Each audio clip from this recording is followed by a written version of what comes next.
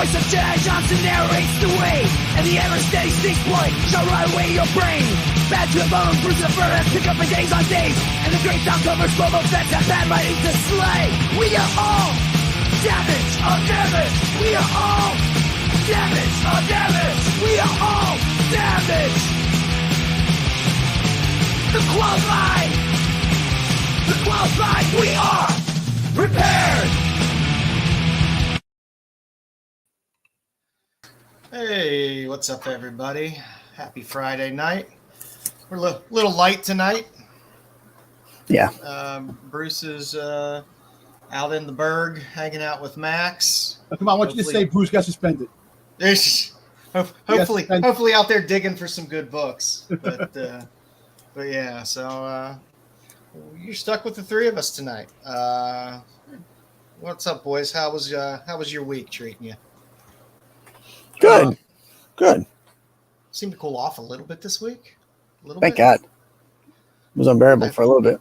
I got rain for the first time in like 3 weeks, 4 weeks. So Busy, warm, and a bunch nice. of other things going on. Yeah. We got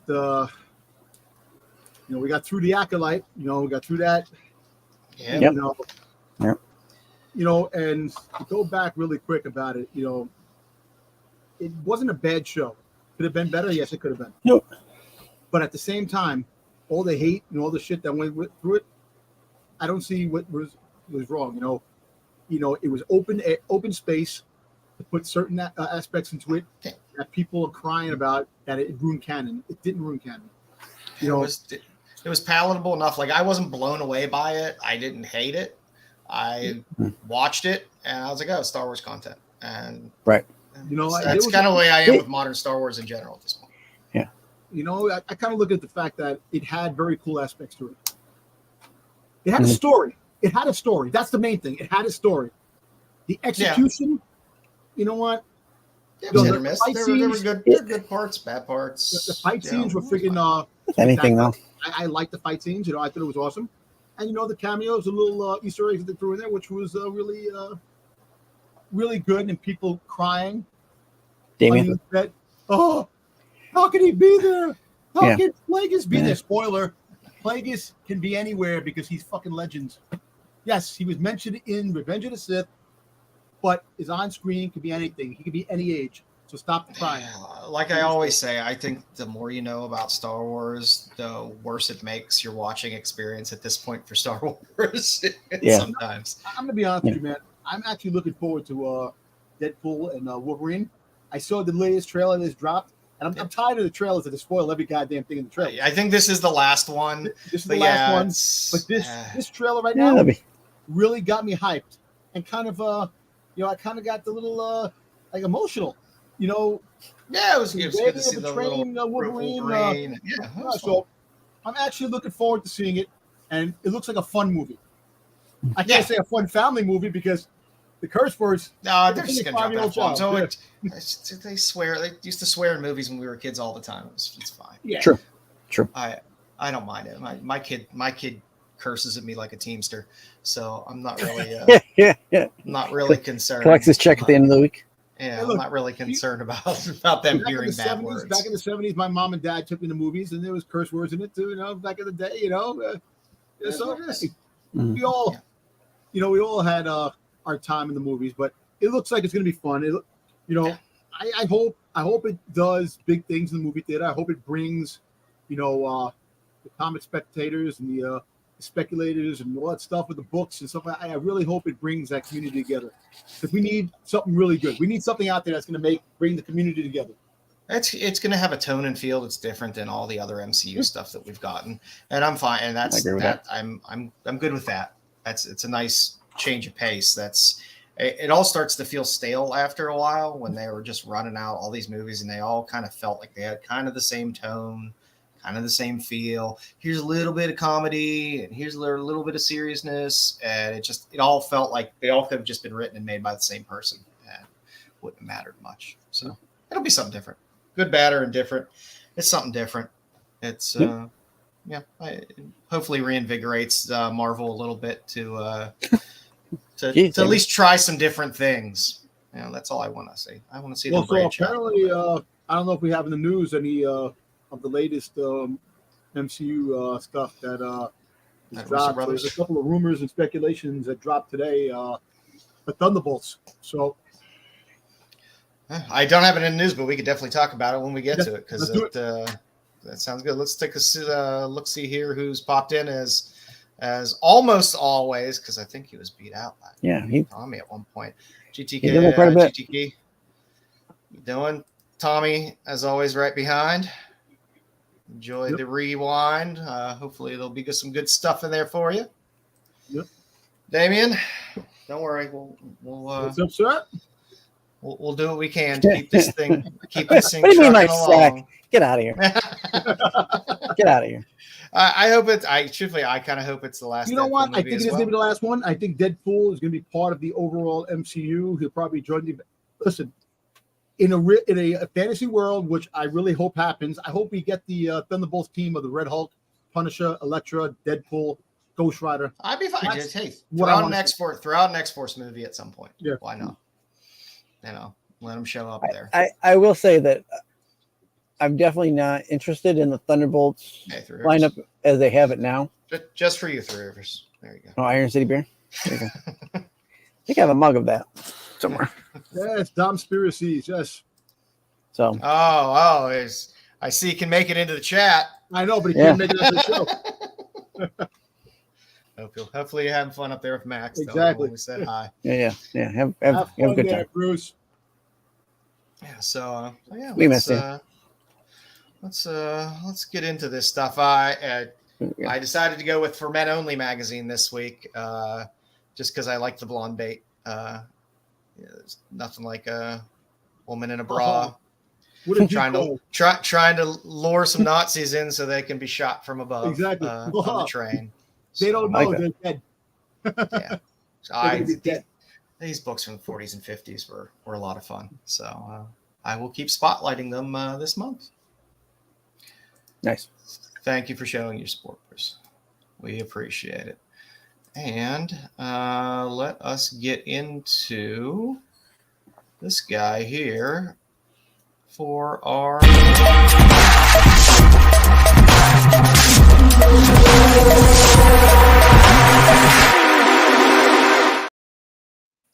I put together the OLI deck this week, so there are no fancy animations.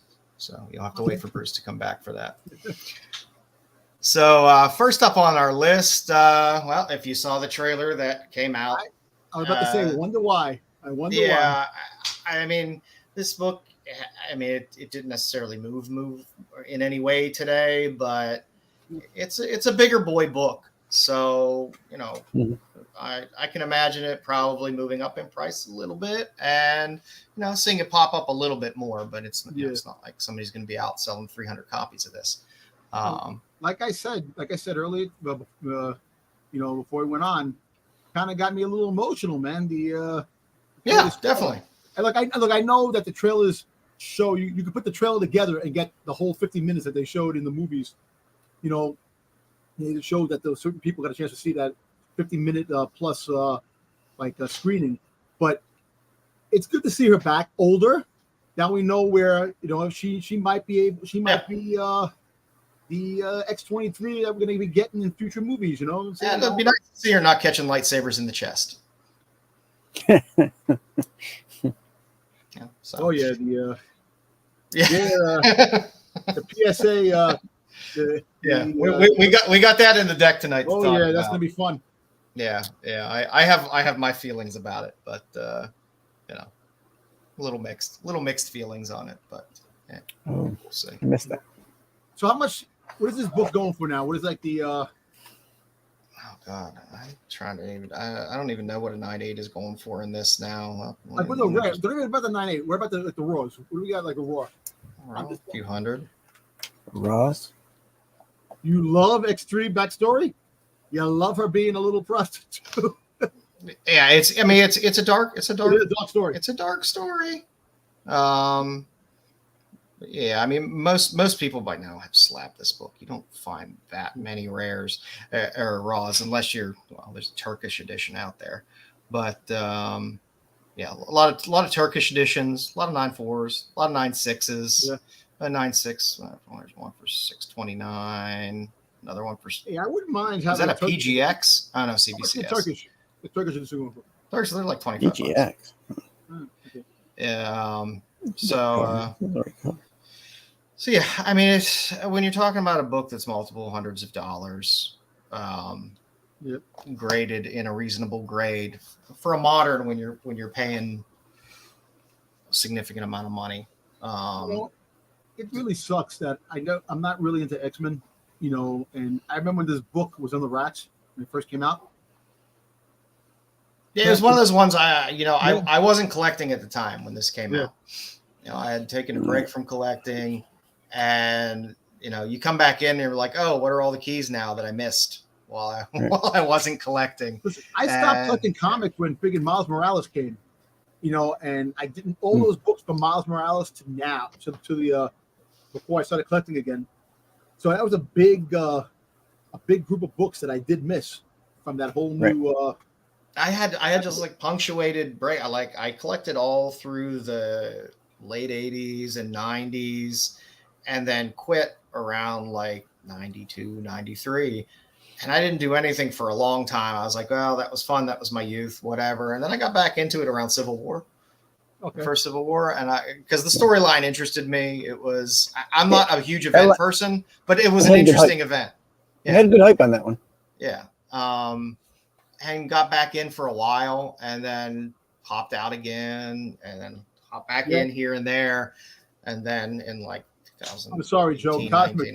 It's also she's also who played Jackie in The Acolyte, so she's coming back. So it's the same little girl. She's grown up. Yeah, it's Daphne Keene. Yeah, grown up. We're talking about raws. There was a raw that sold on the 16th of this month for $500. Okay. I mean, you're taking. Buying raws of this at this point, unless you have it in hand or you have really good high res images of it, it's like almost You know what, man?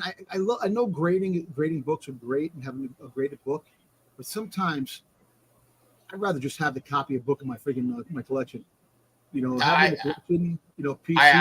tend to have both. Like a lot of my Silver Age stuff, like my Zatanna. Like I have Hawkman 4.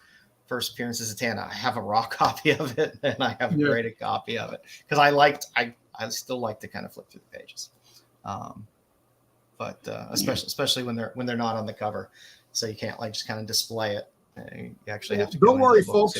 This book is going to be reprinted. It is reprinted time and time again. Facsimile. There's the must-haves. There's the must-haves. Cover facsimile. There's the must-have. There's the True Believers. What about the foil cover? Foil cover's got to come now. We got to have foil cover. Yeah, I'm sure somebody with a 1 in 25 variant of Laura Kinney on the cover or something. Yeah. This is a dark series, and again, they're rebooting this NYX series again for another volume when they're relaunching all these X books here. So Right. I don't know whether it will be as dark. I don't know if they can go as dark as they went with this series, because this series was dark. It was very, very dark for Marvel.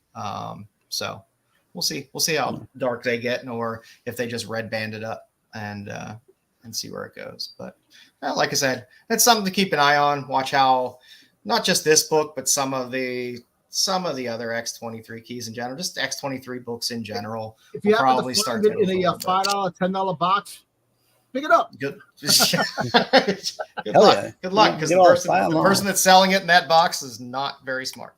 Exactly. Yeah. Next on the list, apparently there's a movie in the works for 24. With Keith Sutherland? I always enjoyed the series. It was a good concept at the time to have the running clock, the kind of in real time. But it really had I enjoyed that. I like the whole premise.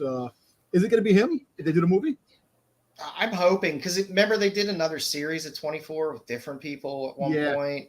That wasn't very good. And then he just had a series. I forget what channel it was on. It was shit streaming series. It didn't do good either. It wasn't bad. It wasn't good either.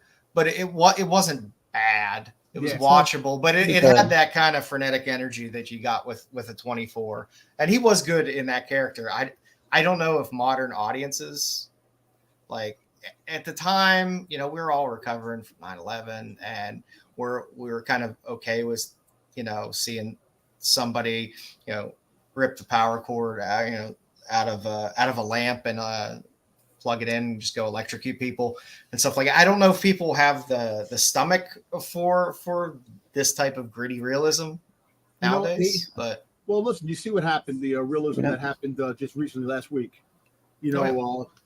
Boys season 5. Not far from my parents. The season finale of Boys just had a scene that they had to tell people, listen, we're sorry that we during the live events of what happened. This is fiction. These are fake characters, and this was filmed prior to the. So, the reality we live in is that art cannot imitate the reality anymore. And that's sad. I don't care. I want art for art's sake. Give me whatever. That's why the movies of the 70s were great, because movies didn't have to have a start or end, and they didn't have to be happy and on a happy note. they were dark and bad things happened, and that's okay. The Boys, I don't know. I kind of soured on it this year. I'm fine when everything is very metaphorical. I understand what they're doing. I understand the points they're trying to make, and it was fine when it felt a little more metaphorical. They just kept pushing it a little more and more and more to be in your face and blatant with certain things. And then I'm just like, come on, I'm getting enough politics of what's going on in real life. And I'm fine with metaphors and stuff like that. But when you start to drag in some real stuff or make it so close, you're like, come on, just come on. That's why we read comics and stuff like that. I like allegory. I like metaphor. You can tell timeless stories and moral tales and things like that without having it to be 100% on the nose. So that's my 2 cents on that. But this is a trade, and it's only going for like $5. But if we get a little more news about 24, it's one of those things you can dig out here and there pretty cheap. But so these IDW books, a lot of them are a little tricky to find. Some of these older IDW books. Even when they were coming out, they were hard to find. Yeah. Especially when IDW had a lot of 1 in 10s. The 1 in 10s, no one was buying 10 copies of it. They have the cover. They have the actor on the cover. These are the good books to get autographed by the actor. Yep. Yeah. They are. And IDW is good for doing that. Marvel has a couple of books like that.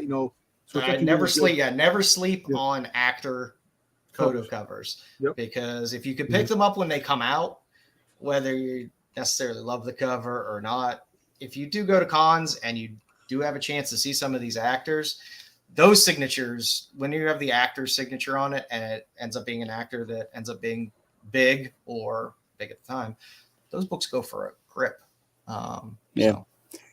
That's my struggle right now. I don't know if I want to keep doing what I've been doing with Doctor Who signatures. Who? Well, Or luckily, most of them will if I never want to be that go big, and except for David Tennant. oh, How many Matt times Smith. Oh, Matt Smith. Matt made Smith. himself Matt pretty Smith. big. I'll give you Matt Smith. how many more times? He's made himself David pretty big. Tennant. You seen him already? David Tennant. David Tennant? No. My cousin, when I went to the con, my cousin was there. She's a huge Doctor Who fan. Mhm. Her and her husband, they went and they got. Well, she went with her friend, and they got the picture with David Tennant. They were all happy, this and that. And I actually gave a salute to David Tennant. Purple man, Yeah. baby, you're good, Purple Man. Yep. I have a feeling Matt Smith's autograph is probably about 5 times more expensive than it was 4 years ago. I don't know. It was a good bit. That's all I'll say. I'm going to tell you this, man. Autographs are getting harder and harder to get. I hate seeing celebrity. Unless you're going to put Phoebe Cates at a convention, I don't care. And I'm not like dying to get the autograph. I'm fine sitting like 20 feet away and just staring like a degenerate. Like a creeper. Yeah. Or like Plagueis, right? Like Yeah, creeper I like don't care. Plagueis. Come on, man. I'm coming around the corner. Yeah. Looking around the corner. I'm fine with that. I like meeting artists and writers at the cons, especially when there's no lines with them and they're just sitting there and it's like you drew stuff I love or wrote stuff I love and nobody's there. Those are fun people to kind of go up and talk to. I've gone back to guys' tables because there was no one at their line and genuinely felt bad for them because I'm like, how is no one at your table? You know, I don't like standing in line. I hate standing in lines. I despise it. I have no desire for it. I don't care if they're exclusive books or this. I'm not going to stand in line for it. We're getting the Boba Fett autographs, standing in line. You know, some people. You know what's funny? Now that a lot of these Boba Fetts are getting popular, more people are showing up on these lines, which is amazing. Before, there was no huge lines. You could just walk up to them or a couple of people. And you go right up to them, no problem. Now, right? Yeah, I'm just I have no patience for people, and I hate standing in line around people. It's just I'm uncomfortable. I'm uncomfortable enough. Like I'm going to Baltimore, and I hate being around large crowds of people, and I'm going to be around large crowds of people. But you know. Hey, listen, so join the fun. I'm the same way. I hate loud crowds of people. So guess what? Me and you can hang out. There you go. Yeah, we'll be your support animal for the weekend. I want to dig through some boxes. I want to find what's on my list of stuff, and that'll make me happy. So. Well, folks, if you find this in a box, a $1 box, a $5 box, pick it up. And if you see Keith Sutherland's going to be on one of the shows, get an autograph. It'll be worth something. Yeah, doesn't hurt. Doesn't hurt. That's it. I like cheap. I like when cheap finds pop up on the list of stuff that you can still get cheap, and it's not going to break the bank. If it goes nowhere, you got a $5.24 book. You know, actually, you know what or $1.24 book. The G.I. Joe movie, the live action cover that they had for G.I. Joe the movie, those are good to get because G.I. Joe is pretty good. You know, I got the painted art ones. I got a Hannibal and a BA. Those are nice. Yeah, of the actors. Yeah, those are good books. Nice. Next on the list, it's I can't believe it. It's almost been a year since Wolverine 36 dropped. With the Helverine cover on it, really, and it's the book that it's the character that just keeps on giving. This is unfortunately one of those Marvel. Here's your second print 1 in 25, but it's still selling almost double ratio. There's not a ton of sales on it, but I guess it amazes me how long there's been interest in Helverine and the concept. So, and all the books are still doing. People like them, you know. Yeah, they like Ghost Rider. They like Drag. You know, I don't know. Was it Dragon? Dragon, right? Dakin or Dakin. Nobody seems to know how to properly pronounce his name. He was good when he was part of the Dark Avengers, man. He was their Wolverine, which is all, I like that. You know. That's why I'm hoping that we get a Dark Avengers, man, down the road. They need to put his name out like Sienkiewicz does. When Sienkiewicz does signing things, he puts it out phonetically so you know how to say it. That'd be nice. Yeah, it is, and I understood it. I understood it for the first book on Wolverine 36, even though the cover was questionable. Some people really liked it. Other people were like, yeah, but I got it. It was like, hey, first Helverine. But the fact that the interest stayed was interesting to me. So, yeah, I mean, people love Ghost Rider. People love Wolverine. Why not? Why not both?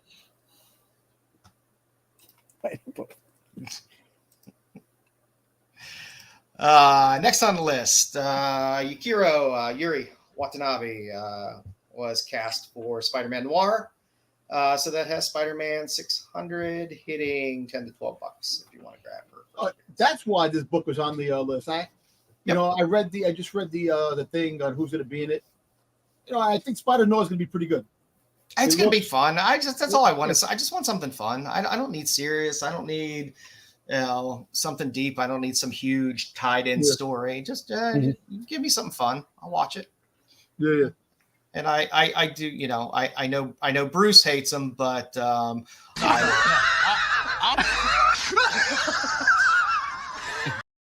know what? The funny thing is that I just want to see his crazy face when he takes the mask off, the Spider-Noir mask, and just have that face the way he looks.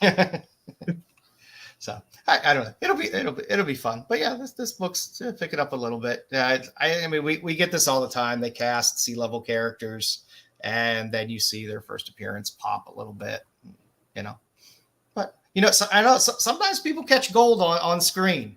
Yeah. Sometimes too. You have a few actors they pop on screen. It's like, oh, that character could stay around for a while. So I have the Spider-Noir books. I have the was the 125 the variant cover I got in my boxes in my storage unit. I got to dig them out. Yeah, my problem is those A covers are the winners out of that series. Those are what everybody goes for, and that seems to be what carries the premiums, which is well, that first issue is a really good cover. It is. I mean, so it's no complaint here. Yeah, but yeah. So those are the ones to go for. Those A covers in that run. And last but not least, how to steal an election before somebody else does 1 and 5. It's a hard to find ratio, fetching up to about $20. This may look familiar to some people, so I'm going to do some explaining. There are 2 different versions of this with different titles. So there is a Kickstarter. The Kickstarter is entitled Bad Rep. It's the same book, but contains additional information because I didn't spell check anything, and uncensored material.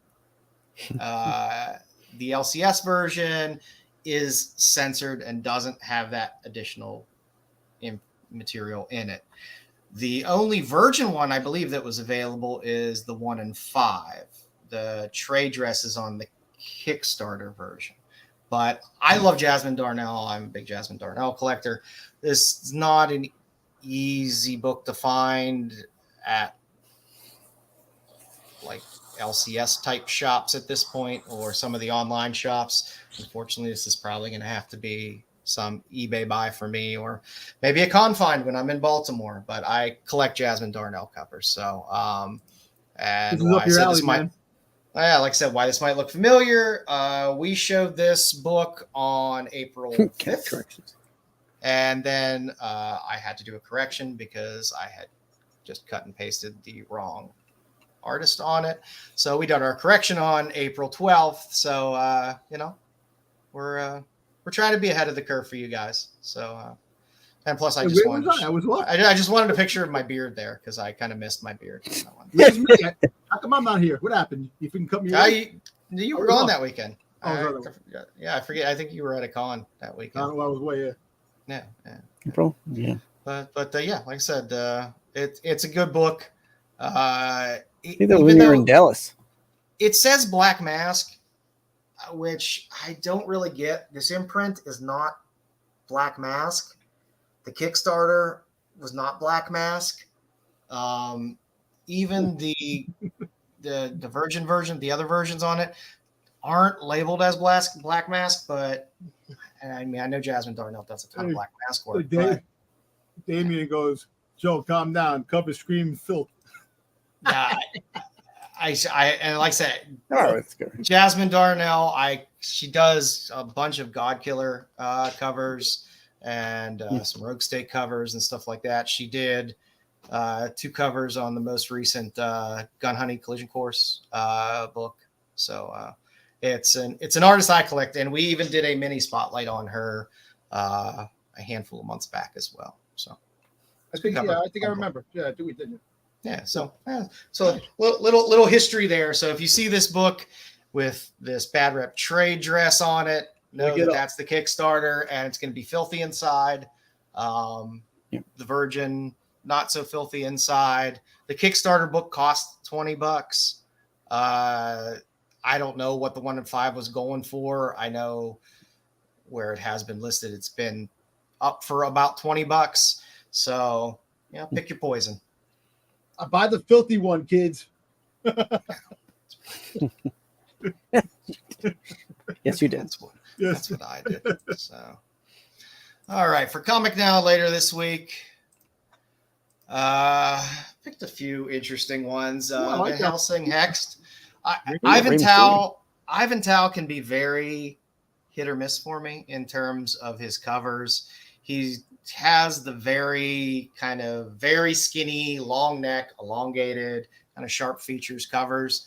But when he hits a cover right, he hits a cover right. This is a really nice cover, though. Cover. I know she has a long neck, but the fact is that a boobie to booty ratio looks good.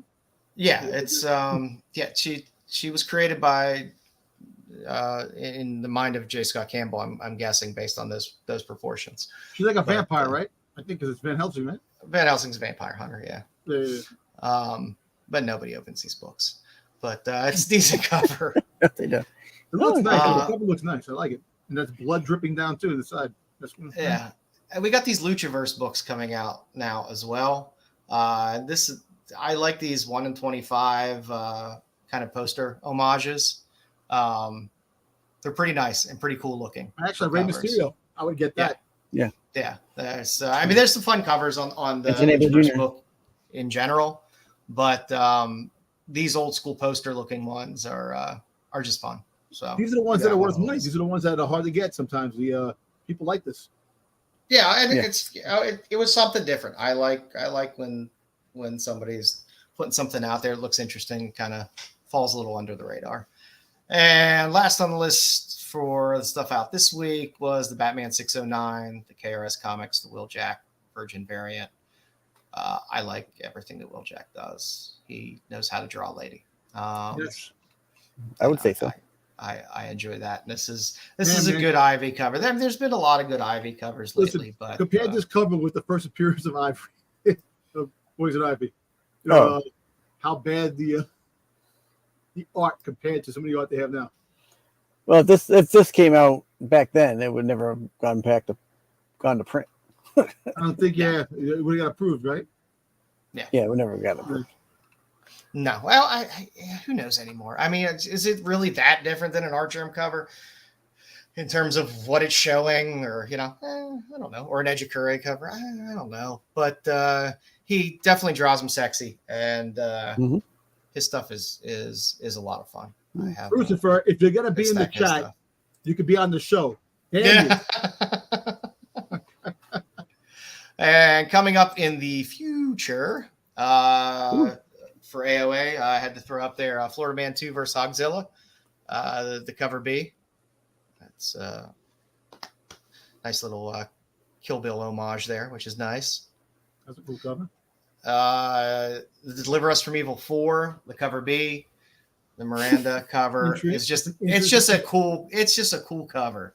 And this is a Blood Moon title, so good luck finding it. A lot of LCSs just don't get Blood Moon books. I know Things from Another World will frequently carry a lot of the Blood Moon titles.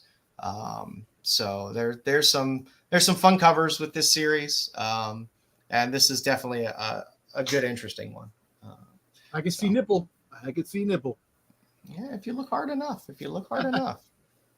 And this Mark Spears Monsters, I actually think had a screenshot of this up when we were doing the small publishers, and we touched on Keen Spot. This series itself has a ton of great covers, and there's a lot of really good monster covers on there. If you like good monster covers like this, there's a handful that are quite nice with this Mark Spears Monster series. So you still have time to look for that. Keen Spot's another label where it's like, maybe your LCS will get it. Hey, maybe, Lucifer, 18% of the time, it's right. 18% at the right time. So yeah, it was a nice grouping of fun covers. Again, I like the smaller publishers. I tend to find some more interesting covers with the smaller publishers. And boobage. You find a lot of boobage. Yeah, well, I like what I like. So be on the lookout for these. I think most of these come out in Very cool. September, October time frame. So, keep an eye out. There's some fun covers. Hey, you know what? Maybe they do something. Maybe they don't. Like I said, we had that Jasmine Darnell book pretty much on the list a while back. And, sometimes these pop up, sometimes they don't. But when I see eye candy, I'm gonna throw it up on the list. So. I know, Joe. You should make candy. You should make eye candy package for you, man. You open the packet, get the candy, eye candy. I like it. I like what I like. Sour boobs, like a Bazooka Joe cartoon inside of it. Yeah. Oh yeah. Or, like sour boobs. The Sour Patch Kids. You have like the boobs. They shape as boobs. So I'm sure they make this somewhere. I'm sure there's a novelty version of that. For That's Not a Comic Sale of the Week, I decided to go with guitar picks this week. Nice. Because I'm running out of things to choose, and I don't want to start getting into weird stuff that's too out of the ordinary. So I like to find something where there's at least a handful of variety of options for something. So it shows that maybe there's a larger group of people that actually collect these. And guitar picks are fun. I've been to if you ever go to a chick show, they just chucks them out into the crowd. I know, you go to the shows, the concerts, and I caught a couple from Disturbed, from Pop Evil, all those bands. I've gotten some pictures. Did you? Really cool. Did you throw back your bra? Yeah. Underwear. I took my panties. Tidy whities, right on the stage. But tidy whities in a hole. But I mean, it's fun because a lot of these are customized in ways either for the show or for the individual and stuff like that. So if it's a band you really like or a guitarist you really like, it is cool to have some of this history. So first on the list was the extremely rare Eric Clapton first tour guitar pick. It's 100% real vintage, but I just love the fact that it just said this is my fucking pick with Eric Clapton's initials on it. Cool. Which was pretty cool. That sold for $1,800, which surprised me. Most of the picks, I mean, unless it's something like a Paul McCartney pick or something like that goes back a ways. Most of the picks kind of cap out around like $500. So you get something like the next one, the Electric Lady Studios from the Jimi Hendrix sessions, $500. Nice piece of history to have. The Guns N' Roses ones, the Slash one was pretty nice. This was from the 1988 Appetite for Destruction tour. So that's nice. You get the little signature on the back, little Guns N' Roses. And before I knew Bruce wasn't going to be here, I threw in the Iron Maiden one as well. Dave Murray tour pick. So you get nice Legacy of the Beast. You get all the information on the back. So these are fun, if you're really into a musician, especially if they're not touring anymore. If they're still touring, I don't know. I guess Iron Maiden, I'm guessing, is still probably playing relatively large shows. They fly around that goddamn jet with Eddie on the side. So I'm guessing they're still doing pretty large shows. And I just can't remember. Where my picks. So I have a lot of I had some picks someplace. I don't know through the years, man. I kind of lost them. Yeah. I kind of lost them. And I used to have all the tickets to all the rock bands I've gone to. Well, listen, people, I want you to understand. Next week, that's not a comic. We're going to be doing dominatrix bras. So, Dom has spoken. Dom has spoken. Yeah, Dom's bras. That's all I heard. So that or maybe some novelty bras, but novelty bras. Yeah. Dom has spoken, and I will abide. The dude abides. So, figuring you're gonna put bras on with holes in them so the nipples show. Yeah. It's always fun to see how people list things on eBay as well sometimes. So crazy. Sure. But this is cool stuff. This is cool. If you're, I remember going to the Disturb concert and I got a drumstick. They threw the drumstick and I fucking go over the chairs and I grabbed it, but then I gave it to my friend Monica. Nice. You should have just whacked yourself over the head a little bit and be like, "God hit me," and have them pay you off like $500 to sign a no sue. Believe me. Make your money back for the show plus a few drinks after. That's always good. But yeah, I mean, some of these, like for bands that are playing smaller venues now, you can kind of get lucky and get a pick here and there. For those big, arena size shows, good luck. So I can understand people shelling out a little extra for these. Especially the ones that are detailed on the back that'll say the tour that they're on and stuff like that. So, guitar picks. There are guitar. I know the special ones like the Eric Clapton one. There's a lot of the guitar picks that have special things in the back. So you turned around, like there's certain things, and there's ones that are plain too. So I got lots of stubs. I got lots of ticket stubs. So if we do ticket stubs, I got plenty sitting around. I don't know what my ticket stubs are, man. I had so many of them. I threw them away, I guess. Mine all faded away with time. I didn't collect them for a while when I should have collected them, and then I started collecting a handful of them. I think when I saw the Ramones on their farewell tour, the last tour the Ramones did, I started collecting my tickets from shows. Dude, I went to a Slipknot concert, and dude, the drummer, the one that passed away, that passed away. He friggin' was sick on the friggin' drums, man. Holy shit, man. You find some great drummers, man. Friggin', yeah, that's cool. It's cool. So next week, bras. Next week. Hey, I'm sorry, Styx. I just noticed you fixed your background. I've been cleaned up. I cleaned up a little bit. Nice. Been organizing. Well, yeah, a little bit underneath your Doctor Who pops. I like those. Those are my Doctor Who DVDs. Oh, okay. There you go, Doctor Who. Okay. Yeah, these are my Doctor Who books up here. Studio 54 tickets for me. Styx, you are the biggest Doctor Who fan on the face of the earth. Yeah, I don't know about that, but I do have a good sized collection. I have more over here.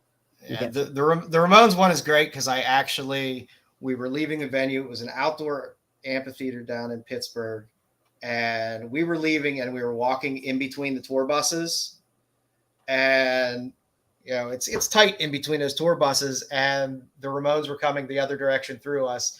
So I got to say hi to Joey, which was listen. And if you want to see a great movie, Rock and Roll High School. Oh, Rock and Roll High School is great. Got PJ Souls in there as well. Awesome, man. Good stuff. Yeah, it's good stuff. All right, Styx. Rock and Roll High School. All righty. We got a game. I have the LP for that on vinyl. Yo, did you get the song? They have the LP. Has the isn't it the one with the Spider-Man, the hidden track, Spider-Man track on it? No, I have.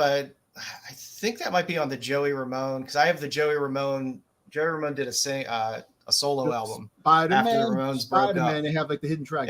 Yeah, and I have that. It's on pink. It's on pink vinyl. Ooh, very nice. Hey, nice. All right. So trivia night tonight. We were doing Black Canary, or the multitude of Black Canaries throughout the ages, or just recent. Let us begin. All right, question number 1. The first appearance of Black Canary pre-Crisis is A, Flash Comics 86, All-Star Comics number 38, Comic Cavalcade 25, or Justice League of America 219. I have no clue. Maybe D.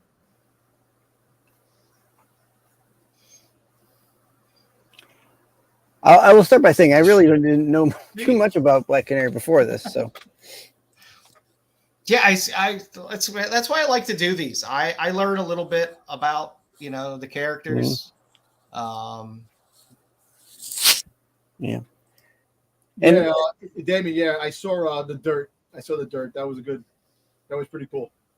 So I had messaged you, Joe, that saying, didn't we do Black Canary before? I had put Black Canary in one of our music episodes. Oh, nice. Yeah, I had used Black Canary, and that's why it's. I'm like, oh, man, this is kind of like familiar. Yeah, I forget sometimes too. It came to one part. I'm like, oh, I think we did this, but then it was just that part that we did, or I did anyway. I got to go back through them all the time. Mm-hmm. As you know, I don't really do male characters for my spotlight. Gotta keep a flow chart going. Yeah. All right. And the answer is number A, Flash Comics number 86. Yeah. You don't get her on the cover till a few issues later, but right until 87. And she's not in. They're not. All these books were always multiple story books, so it's not like she's in a story with Flash. There's a Black Canary story in this book. Yeah. Right. So. All right. Question number 2.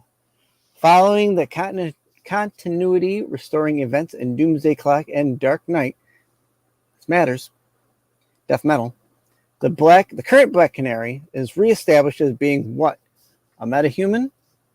Able to fly? Having her mind transplanted into someone else? Or that she's inherited her mother's identity? Today? Well, I don't know that, your guess. Let me tell you how fun it is to try to put things together and try to find stuff based on her and her mother's name and all the derivations of that. Spellings and I was looking at it. There was a lot of spelling. Then it was like one was spelled one way, another person would spell it a different way, and it would be the same thing. All righty. All right, and the answer is D. She inherits her mother's identity. So, pre this, I guess she was considered the mother, and then the daughter. Then she kind of became one. Am I correct? The way stuff is convoluted. It's very convoluted. You had Dinah Drake, and then she married Larry Lance, and then she dies, and then her daughter shows up, and it's all over the place. They end up retconning it numerous times throughout throughout DC history, which is when in doubt, make a crisis. There you go. That's what happens. All right. Question number 3. A witch's curse is the origin of Black Canary's sonic scream powers. Is that true or is that false? True.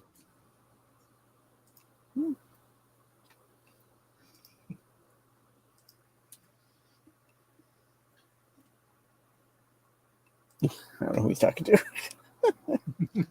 Damon and them going back and forth. Okay. Oh, BK? Okay. Yeah, they were going at it last night, too. You remember, because the original Black Canary was with JSA. Mm-hmm. And then you have them pop in. We'll see the covers later. But yeah, it's it gets ridiculously convoluted. Yeah. All right. Our answer for this one is it is false. 0 for 3. Not a witch, but she gets it from a wizard. The wizard gives her the curse of being loud, I guess, because she's just a young kid at the time. So, yeah. So, because her mother didn't have any powers. No, the original, the Golden Age. Yeah, no, she was just acrobatic and just looked badass in fishnets. All right. Question number 4. This is a funny one. Donna Wesley, pictured here, played Black Canary. Where did she play Black Canary? Was she a voice actor for the Super Friends animated TV show? Was she an actress playing Black Canary in the Legend of Superheroes TV movie? I think the Legend of Superheroes TV movie, that was great. Did she play it in the Batman 1966 TV show? Or did she simply play Black Canary in an episode of Charlie's Angels? I think B, because I like that original, the original superheroes TV movie. You had Hawkman, that was pretty good. You had Batman, Adam West as Batman, and Robin Burke. Good. There's a couple great pieces out of that. Show if you pause it at the right time. Yeah, I remember that. We'll make sure to populate our corrections for next week. Corrections and clarifications list. I didn't say who the wizard was. Yeah. I just said it was a wizard. No correction needed on that. I omitted some of the stuff, I guess. I love Batman 66. Batman 60, yeah, that's going to be going up here pretty soon. I got a bunch of the pops and stuff. All right. And the winner is B, Legends of the Superheroes, a TV movie. Yes, she does close to a nip slip. So close to a nip slip. Yeah. How did I know that? Yep. Because I've seen this. I've seen it too. Welcome for being old. It's not, it's not great, but for what it is, it's good. Put all the heroes together. You had Hawkman, you had Batman, you had Burt Ward, Adam West playing himself. It was great. Yeah, Hawkman, and you get to sit on the edge of your chair wondering whether her tits are going to fall out during the movie. Exactly. Remember when Batman was running? He goes, "Hold on, Robin." He goes, "What's wrong? Got a rock in my shoe." It was just weird. This is a great. If you ever find it, I think it's on YouTube or probably somewhere. Give it a watch. It was cheesy as hell. It is good and campy, but it was good. Game is not great. Get out of here, Bruce. If you can't be on the show, don't give me shit. No peanut gallery. Quiet. Play with Max. All right, question number 5. Our last question here. Black Canary once became a Green Lantern. Is that true or false? True. I like how you say true and then you go, I don't know. Oh. This game is rigged. By the way, Crisis on Max Part 2 is out, by the way. I saw that. I got to watch both parts now.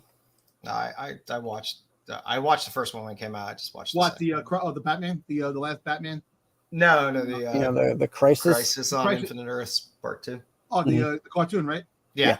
I seen the thing with Batman and Joker from the animated Batman and Joker, which is really good. Mark Hamill and Conway. Big A's throwing the dice down there. He thinks he knows the answer there. Did you put that up already? I don't know if you put BK's big loud answer there.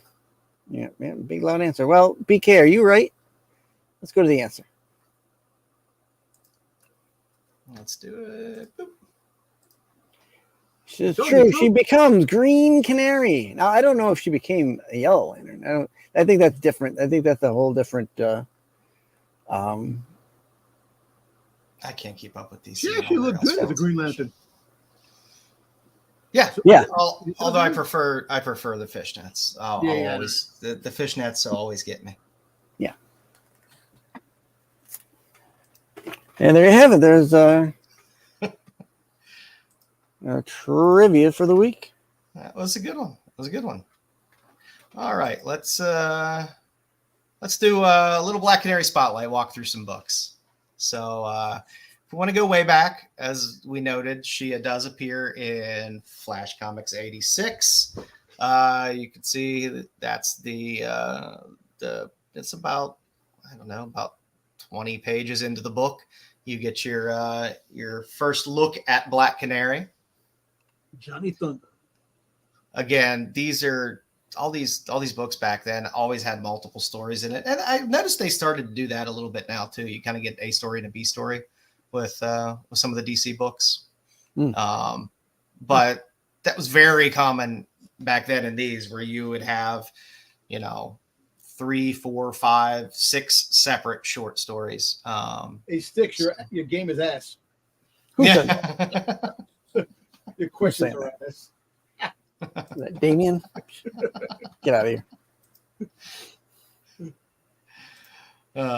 So yeah, this is where we first see her. So this is her first panel in comics. You get her first cover a few issues later on Flash 92. And again, you get another. How much is her first appearance? I mean, how much is that cover? That Flash. This one, yeah. I mean, it's hard because the grades are all over the place. Mm. I mean, mid-ish grade, $1,700-$1,800, I'm guessing. Not that bad.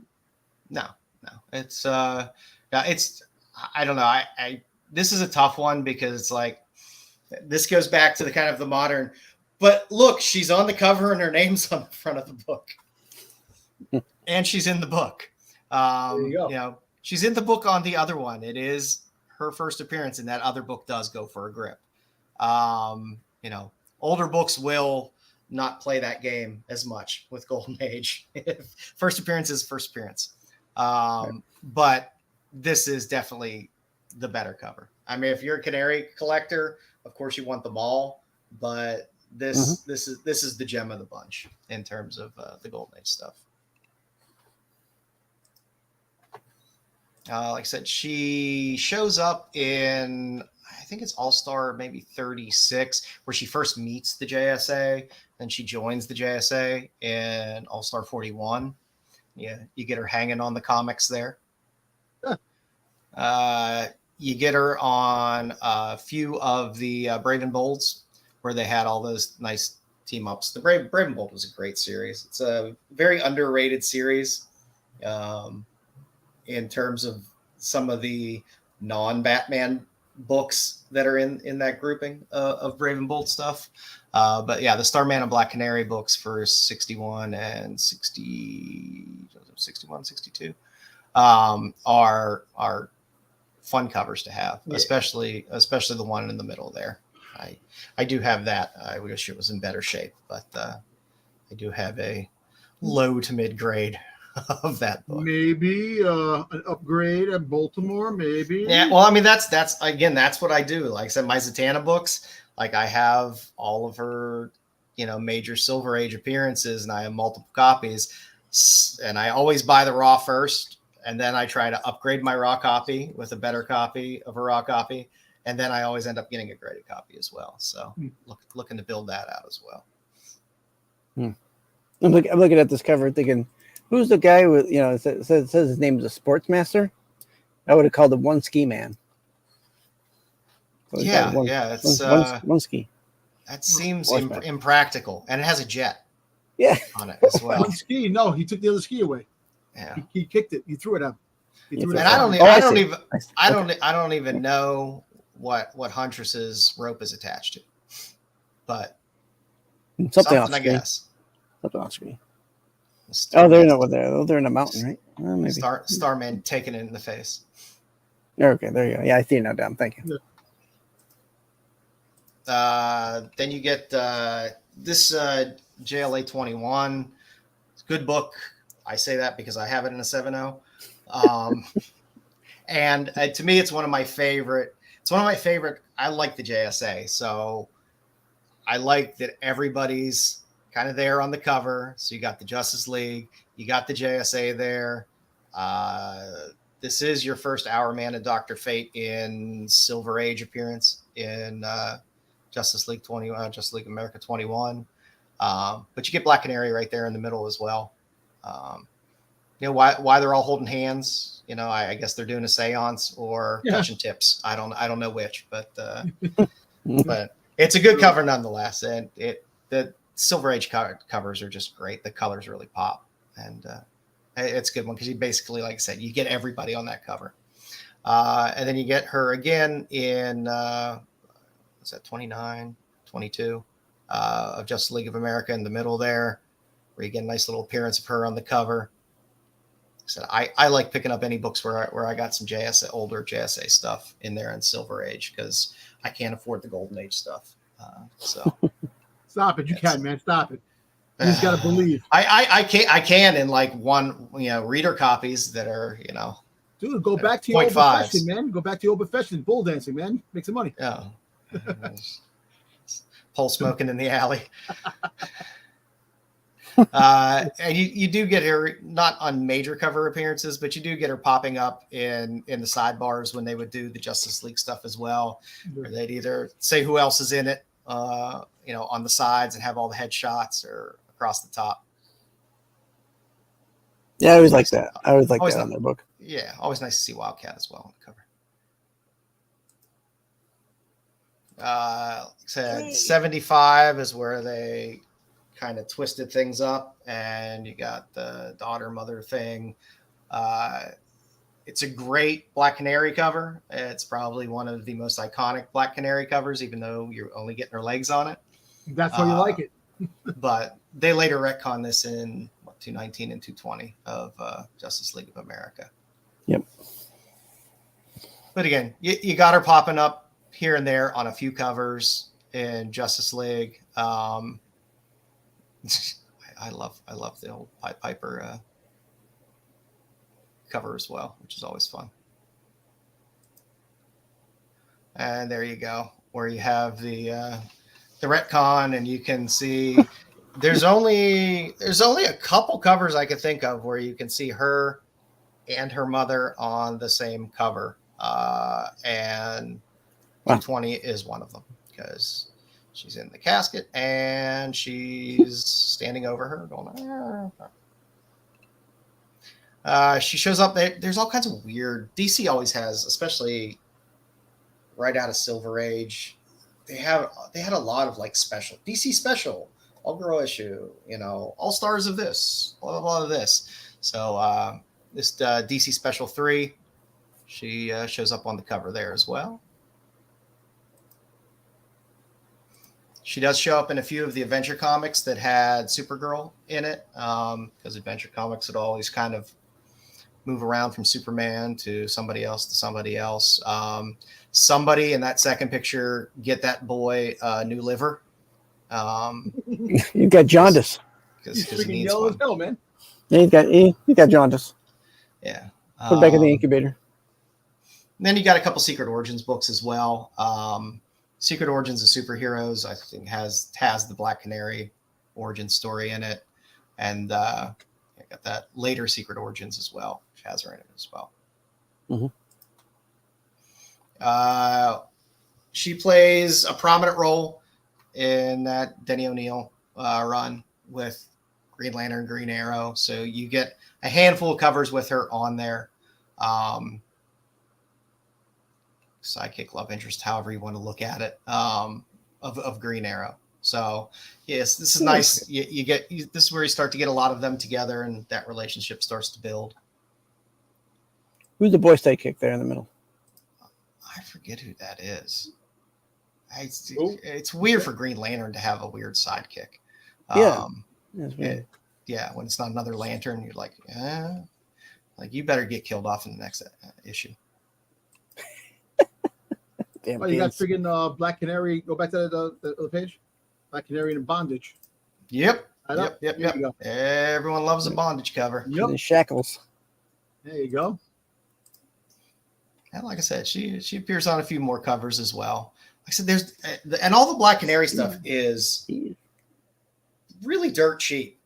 There's not a lot of very expensive Canary books. And once you get out of Golden Age and some of the Silver Age, and some of the Silver Age covers aren't because of Canary, they're just because you got keys. You got the friggin' you got Green Arrow checking out the Black Canary's boobs. It's an important role. The man needs support. Look, let him checking out her boobs in the water. Yeah. Hey. Yep, they're not drowning. I might die. That might be the last thing you see. But this is a good run just all around in comics in general. She starts to play a far more prominent role in things with the first Birds of Prey series, and then you had all these little one shots, the little Manhunt and Birds Why of Prey. Do you have Mo? Batgirl. You got Mo from the Three Stooges grabbing onto. Yeah, it looks. It does. It does. Come here, you knucklehead. So that first run of Birds of Prey, I think it ran 133 issues or so. It went for a while, but there's some good covers in there. Some good Phil Noto stuff in there, some Still Free stuff, some Amanda Connor stuff.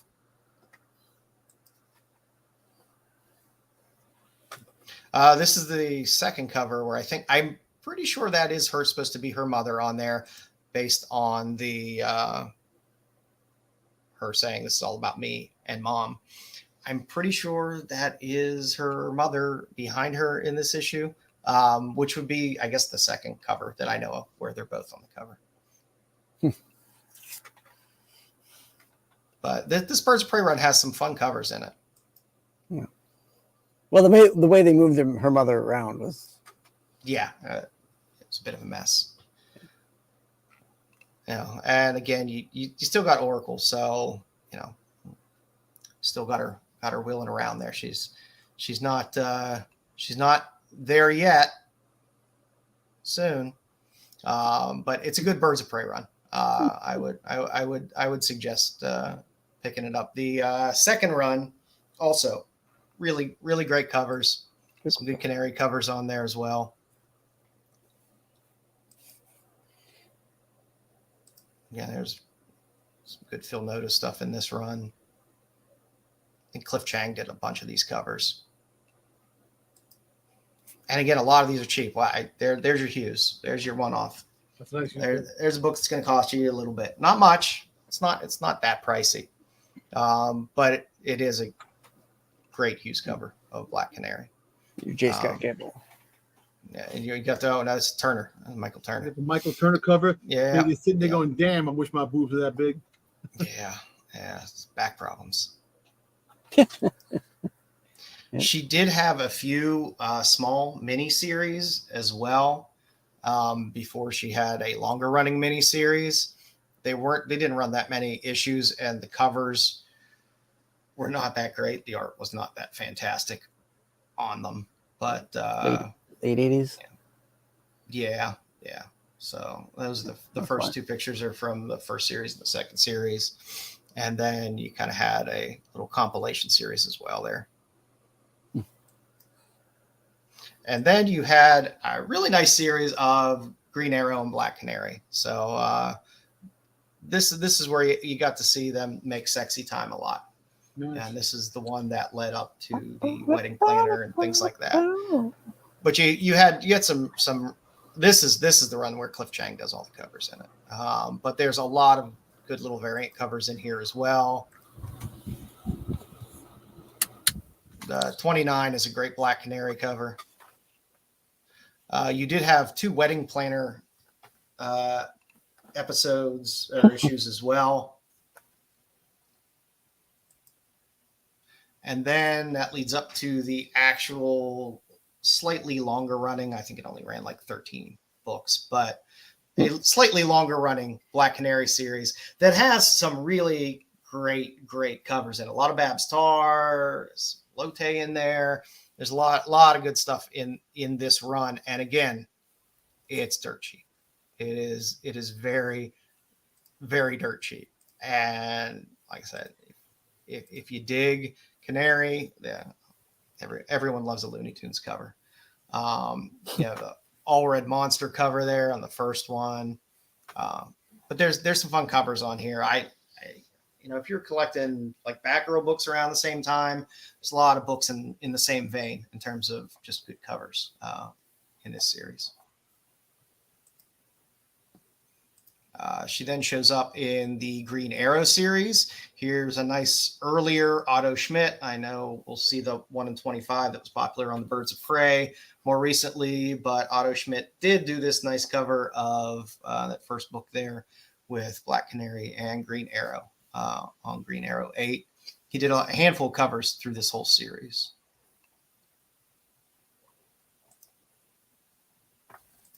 But there's some decent ones out of here as well.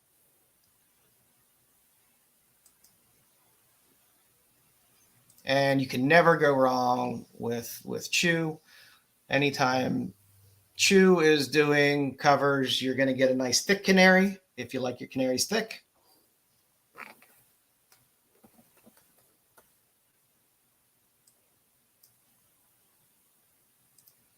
When DC did their little holiday card series as well, there was a nice Canary and Arrow cover. Mm-hmm. I have the Harley Quinn one. And then most recently, you had your Birds of Prey series.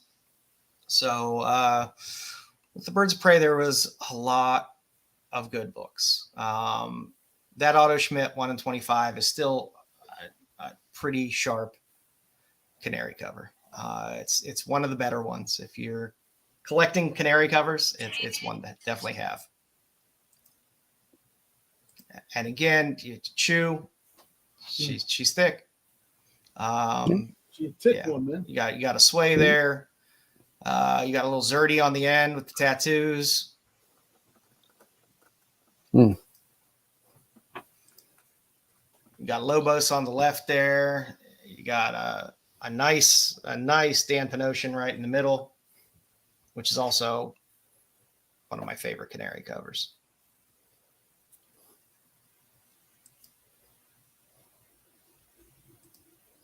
And that Acuna cover that just came out, the one in the middle with the dinosaur, is a pretty sharp cover, which I like just in general because dinosaur covers are cool. That's cool. Yeah, Francavilla cover there. If you like the little people type covers, which I don't, they did a few of those as well. A series that people seem to forget about, the Deathstroke Incorporated.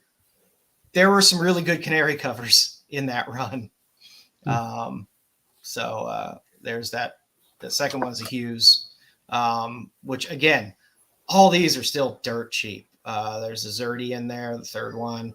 As we saw earlier, Ivan Tao on the last one there. Yeah, a lot of these books are still just, you can find them for in dollar bins in some cases.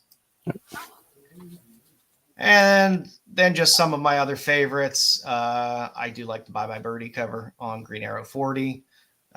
For having a series for Bombshells and Bombshells United and having all the crossover Bombshell covers, Canary only got one cover, which to me is bullshit.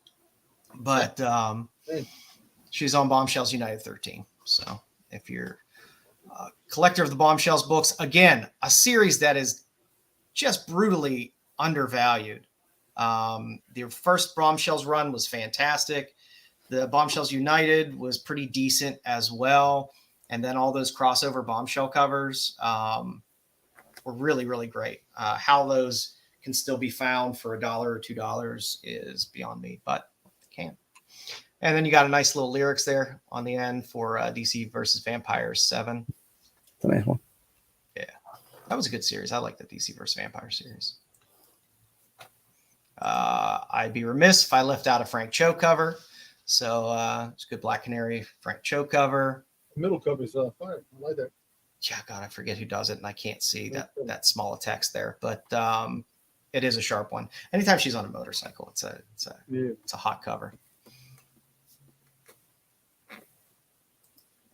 And that is our Black Canary Spotlight. This cover will be coming out soon as the Nicholas Scott covers, where they're doing all the kind of past iterations of uniforms for all the characters. So that's good spotlight, Joe. Great, man. Nice. Yeah. It's fun to walk through and see some of these. She's definitely an underappreciated character in DC. I think so. It surprised me how little she showed up in a lot of things, because when you see, like, especially if you watch any of the live action stuff or whatever, she seems to always play some type of important role. And being the love interest the way she was with Green Arrow, you would think she would show up more, but yeah, she had very little bit on that show. Well, listen, since DC is going to be revamping their comics yet again, with the new Absolute Power Absolute line, you might get a new version of Black Canary, and has a bunch of covers. Who knows? Yeah. It'll be interesting to see what they do with some of those characters when they go through. Yeah. Oh, for our news this week, Fallout Season 2 has a script in hand and appears to be ahead of schedule. So unlike everything we always hear from a lot of the big boys, at Marvel and stuff like that. There's not 7 script rewrites and 7 directors and whatever. There's a script in hand. They appear to be ahead of schedule. So it looks like they're going to work on getting season 2 of Fallout moving a little faster, hopefully, than expected. It was a fun series. At least we'll get. I enjoyed that series. Yeah. Next year we'll get it like mid season, maybe. It'd be nice. Maybe the end. You know what? Look, at the end of the day, the way things are, man, I always complain that, you know, if you're going to do a series, you're always right for one series. And how come you have to wait for the second series? Fucking right for the second series, right? Do right 1 or 2 or 3 series ahead of time. So the scripts are done. They can look it over as the series going on. They can look over season 2 and go, you know what? These a little bit fixed. You fix that up. And as series 2 is going, you look over season 3 and you get these things out quicker. Look, we're not getting any younger. These things take forever to come out. These shows, man, and it sucks. That sure ain't. Yeah, I mean, I think it really helps when a show starts off, if it starts off pretty strong, hearing right away there's going to be a season 2. Because then I think they can put the powers that be to work on it for real. And have that knowledge that, okay, there's going to be a season 2. The popular thing with these shows is for these companies to say season 1 and with an option for season 2. There's always an option, so they don't have to do it at all. So a lot of these shows will have a one over piercing arc. Like Fallout, really, it was only 1 season arc. I mean, if it didn't go on from there, you were fine. But then again, you see what happened to Halo. Yep. Yeah, that one's on the list this week too. Yeah, they really damaged that. The series wasn't what it should have been. No. Master Chief should not be running around without his helmet. Yeah, you keep saying that with Boba Fett, they're running out the helmet, but you know what? You got to get. You can't have the helmet on all the friggin' time. Yeah, but at least with Boba Fett, we've seen him without his helmet. I know we've seen him in the Clone Wars. I understand. Master Chief, I don't think they ever show him without his helmet in the video game. You got to give. You have to give. I don't think so. You have to give character to these characters. They have to have some kind. They're already a character. I know, but I'm just saying. You just can't like certain things. Like, but I know what you mean. It's a hard choice when you're a superhero character or something and you're wearing a mask. You can wear the mask all the friggin' time, but you have to show yourself. Especially if you're a named actor. Exactly. I think they just get pissy about. Look at Pedro Pascal, man. He got pissy that he had to wear the mask for Mandalorian, man. Mm-hmm. Then they show his face, and then they have to do the valve again, and he has to. Yeah, and they have to write a story arc to explain. Yeah. But but going back to this, I think knowing that half the season's up and people are liking it, the ratings are really great. Have season 2 just about done. Yeah. So wait. And I mean, season 1 wasn't that long ago, so it's good that they actually have a script in hand. No, they moved pretty quick on this. I'm surprised. See, I like that. See, and that's the mark of something good. They have something good. You won a bunch of Emmys. Yep. So. That's great. Well, True Detective is nominated for a lot of Emmys too, so that doesn't say much about the Emmys.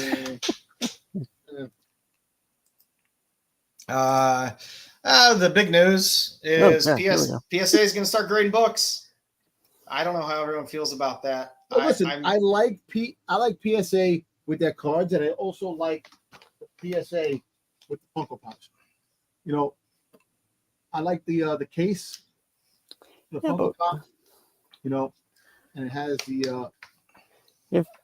I'd have to say, I say my pros with it are, okay, at least it's a grading company that's been around and graded things. It's not some new, hey, here's EGX or whatever the hell that EG company that came out with their grading, and it was like, who are you? What do you do? Nobody knows you. You don't have a track record. At least PSA has a track record grading things. People have a certain familiarity if you've done it with cards or Funkos or whatever else, getting stuff graded through them and a bit of the process. So that's good. Yeah. I understand the banner it's not attractive. I understand that. I don't care about that. You know. Yes, thank you. Yes. You know, I understand the banner is not attractive, but it doesn't bother me. It doesn't bother me. This could be just a test shot. We don't know what the actual banner is going to look like. This is just a picture of what the possibilities. We don't know if it's going to look like that. You know what? And then again, I don't have a problem with this. I don't. The only thing that bugs me, and it's not their fault, but you add another company, and if it catches a little bit of wind behind it and people start using it, now I got 3 censuses I got to track because I don't care about PGX. They're thrown out. I don't pay attention to PGX. But you got a CBCS census, you have a CGC census, and then you're going to end up having a PSA census. So, PSA is a very recognizable company. It's it's really they have a good track record when it comes to cards. And they also they grade toys. So they grade Funko Pops and toys. So they a good reputable company, and they they'll probably get a big fan following. To back it. I'm surprised it took them as long as it did. You know what? There's probably a lot of hoops they had to go through to start doing this, because they probably got a lot of heat from the other company, the CGI, CGC, and the PX, stuff like that, and CBS. Right? What was it? CBS. Right? Yeah. CBCS. Yeah, that they probably took a while to really say, you know what, we're going to become the premier grading company. I'd be interested to know who's running. I'd have to read through the article again to see who's running up that division and if they poached anybody from CGC. It might be some ex people from CGC. Yeah, might be. Yeah, like I said, my only problem is like census information, and I wish we had better data in the hobby. There's a lot of sites to grab a lot of things, but I mean, literally, it's like I can go to Cover Price to look at one thing. I can go to Go Collect, look at another thing. You can log into CGC, look at that. There's something there. It's like I wish there was a better aggregator of data that did a better job. My problem with the data is when and no disrespect to people who do it, but when you're taking slabs and you're cracking them to get bigger grades, and you leave that book on the census, that book should be deleted from the census if you're deleting the grade. That does suck. It skews the census. I mean, now as time goes on, that kind of gets wishy-washy anyways, but yeah, that's my only drawback to things like that. And you could take, like I say, you could take a CBCS book, crack it, and still in CBSCS census, and you send it to CGC to get graded, and now it's on the CGC census, and maybe you didn't like the way CGC handled things, and you crack it, and then you send it to PSA. I don't know. So I don't know. I mean, competition, I would always think should be a good thing in the industry. I mean, one will stand out. People, and CGC has always seemed to be able to rise to the top, no matter how many times they step on their own dick. Someone kicks it. Yeah, I mean, every time CBCS has a window to be like, oh, now we can step up, then they step on their dick, and it's always like kind of one thing after another. So CGC is always kind of held a premium, but PSA has a solid name to it, so it'll be interesting to see if people start grading on PSA, books start getting in there. I wonder how the slab is going to be. Is it if they created a slab that doesn't scratch easy? I would love to have that. There can't be too many companies making these slabs. Yeah.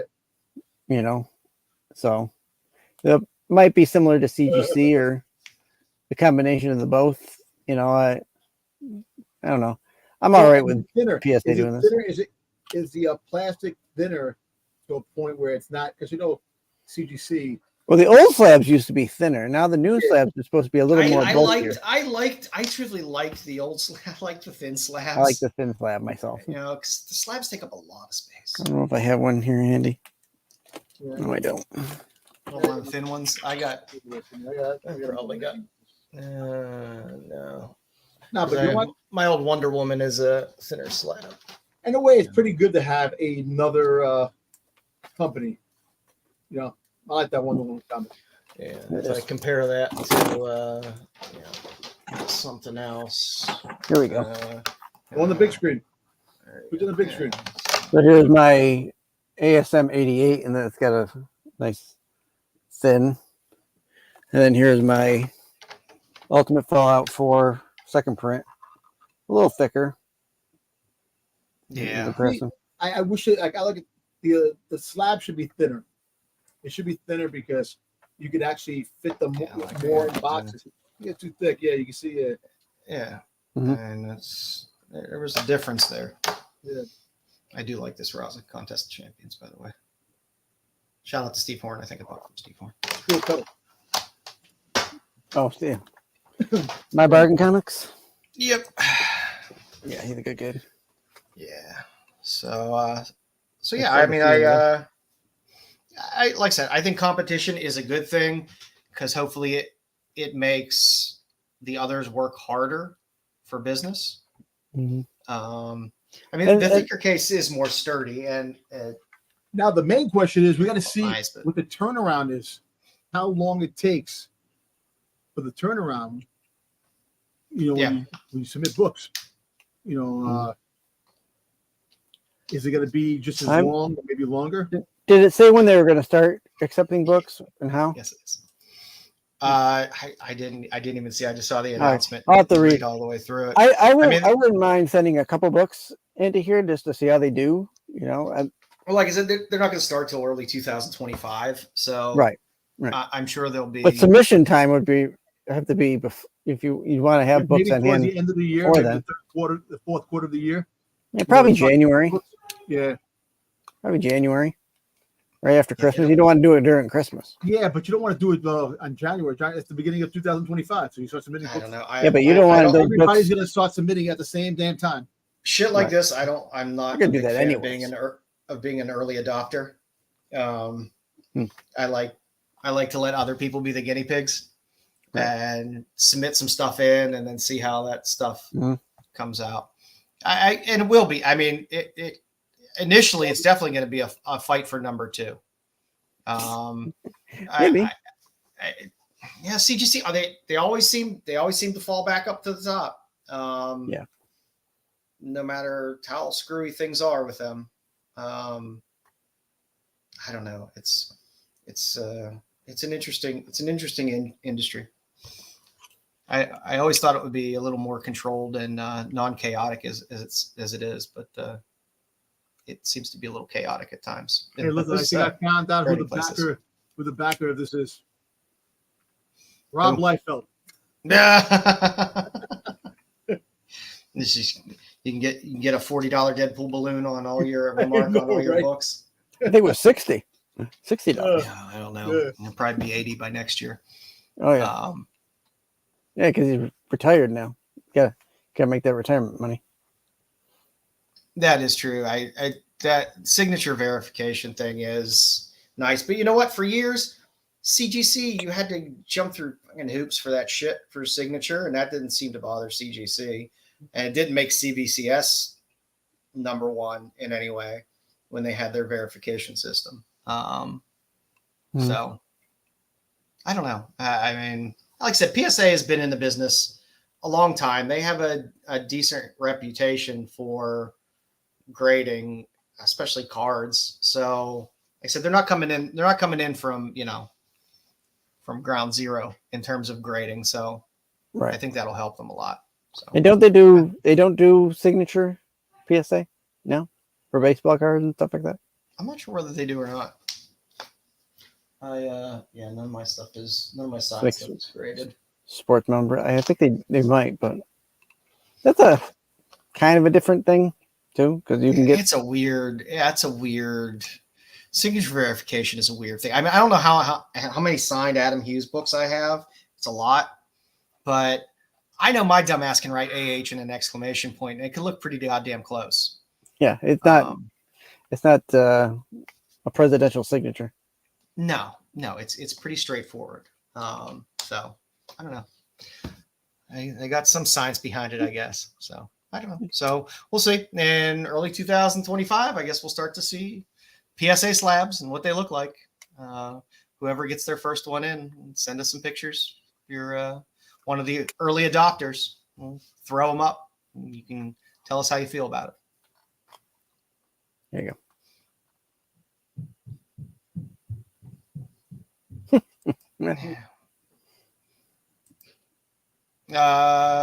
If you like an episode to show a birth in it, Wonder Woman 14 will show the birth of Trinity. So if you're putting together little pieces of Trinity origins and births and first appearances, when Wonder Woman 14 comes out soon, it will have the birth of Trinity in it. So you can get like the conception.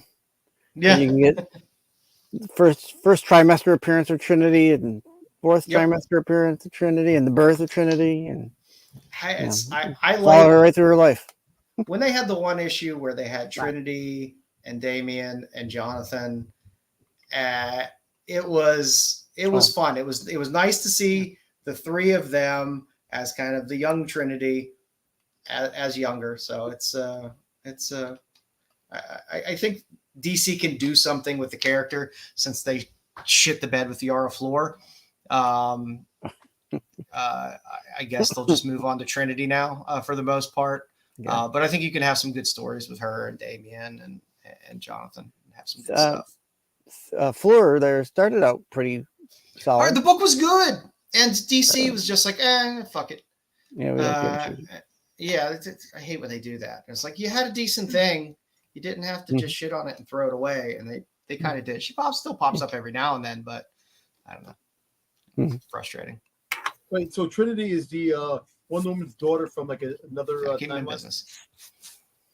No, she's current timeline. She's her and Steve Trevor's kid. Oh, okay. So yeah, there's a Trinity special coming out soon too. So I like swimsuit edition copies. They're not as good as they used to be.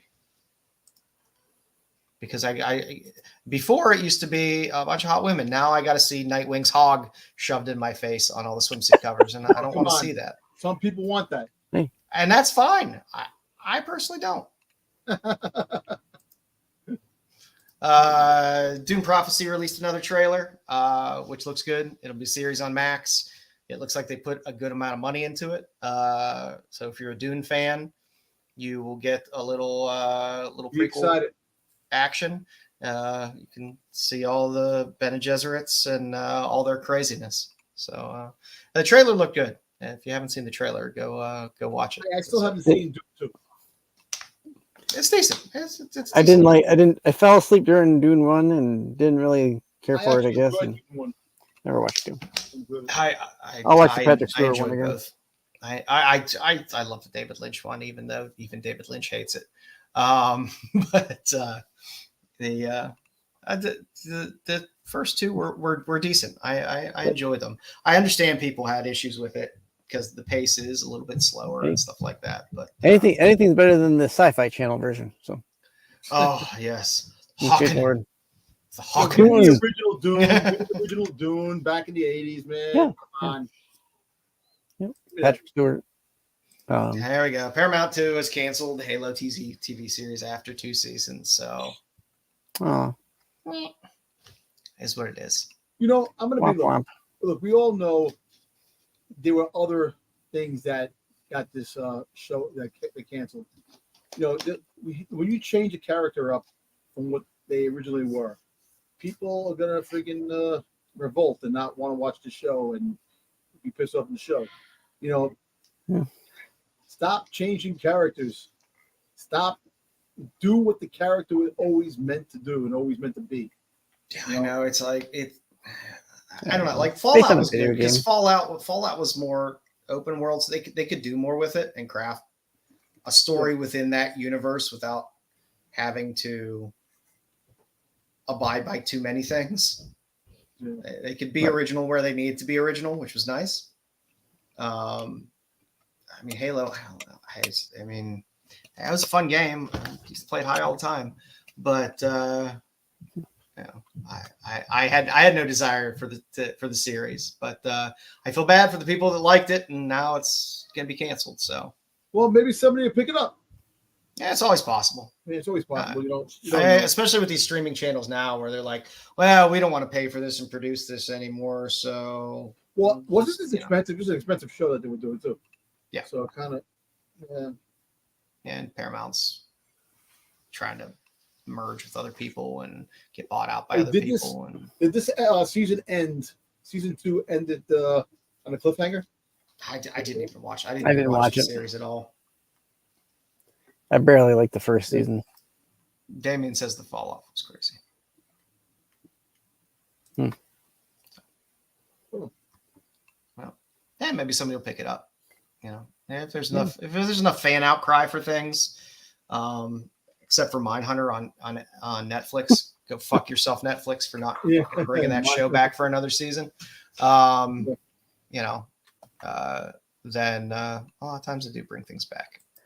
Well, there's not enough. You know, there's not enough grassroots fan backlash anymore. Remember when Jericho got axed by CBS and all the fans started sending them bags of peanuts in the mail?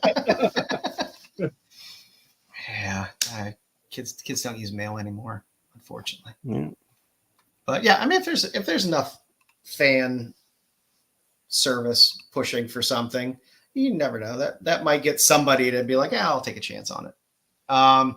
The FX Alien series, you know, everyone is talking about Alien Romulus and, you know, the Xenomorph popcorn container, which fits very sexually in the Dune popcorn container. But don't forget, FX has an Alien series, and they just wrapped filming. Disney has an Alien series. Division. But I will stress this again. It's being done by Noah Hawley of Legion and Fargo fame. He is awesome. He is by far, hands down, one of the best writers around. FX has been putting out solid shows that they invest money in that are very well done. So it's kind of funny. It's all Disney. Disney owns FX, and that's the funny thing. Fox, you know, and that's why they don't own Fox. I know they carry FX now. I know because Hulu had FX. But there's a lot of great shows on Hulu, FX, and it's under the banner of Disney, and Disney can't. Yeah. Disney owns Fox Films, not Fox, but not distribution. I know they own the TV shows. They own Family Guy. They own Family Guy, The Simpsons. They own all that stuff. Check it out. Yeah, because Disney Plus has all the Simpsons stuff and everything else. Yeah, they have. But like I said, I'm probably more excited about this than I am the movie. Well, actually, it's kind of cool to see this on the small screen, but as a series, it should be interesting. Yeah, and like I said, Noah Hawley, Legion, still one of all comic book properties. That was still probably my favorite series. It was a great twist on the character. It was, and it was like, let's just do what we want to do. It's going to be crazy, and they just let them roll with it. It was unlike any other. Like that X-Men could have showed up later on in Legion.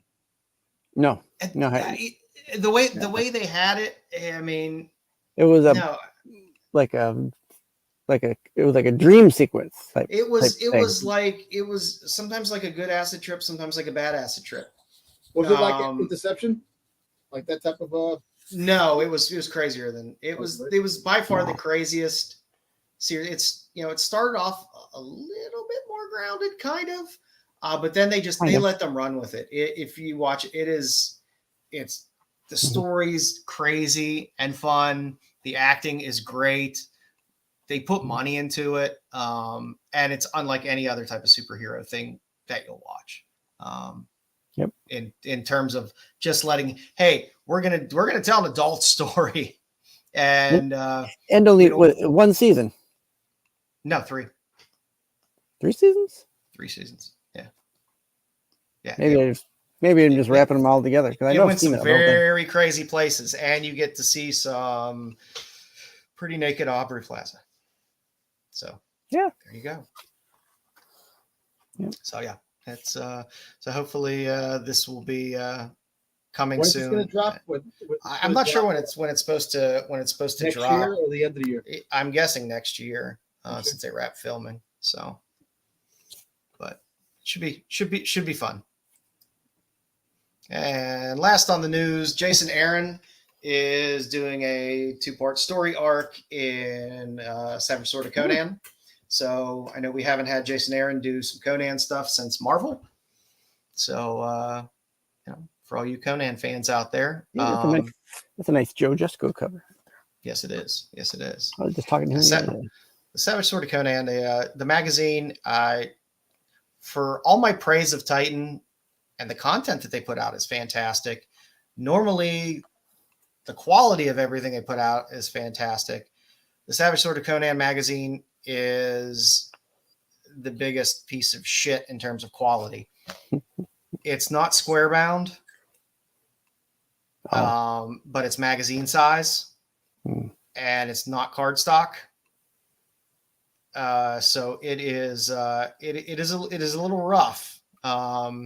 So it's like a people's magazine. If you don't like spine ticks, it's a rough one. If you buy from a place, get it bagged and board and sent to you.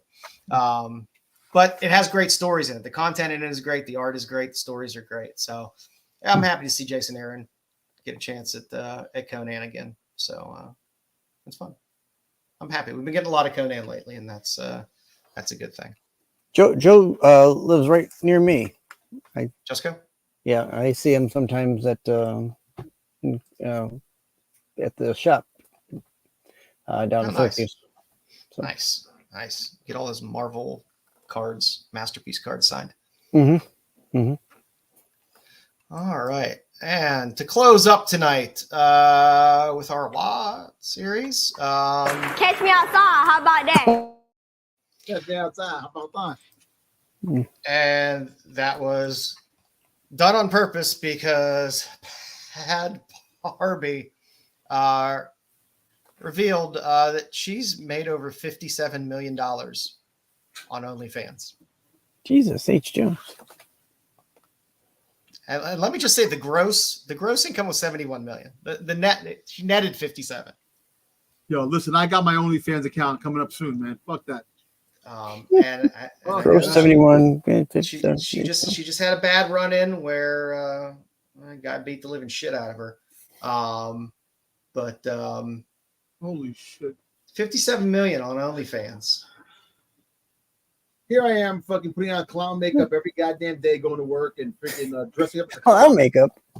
Fucking bullshit. So man. when are us as men going to start talking about the OnlyFans pay gap? Right.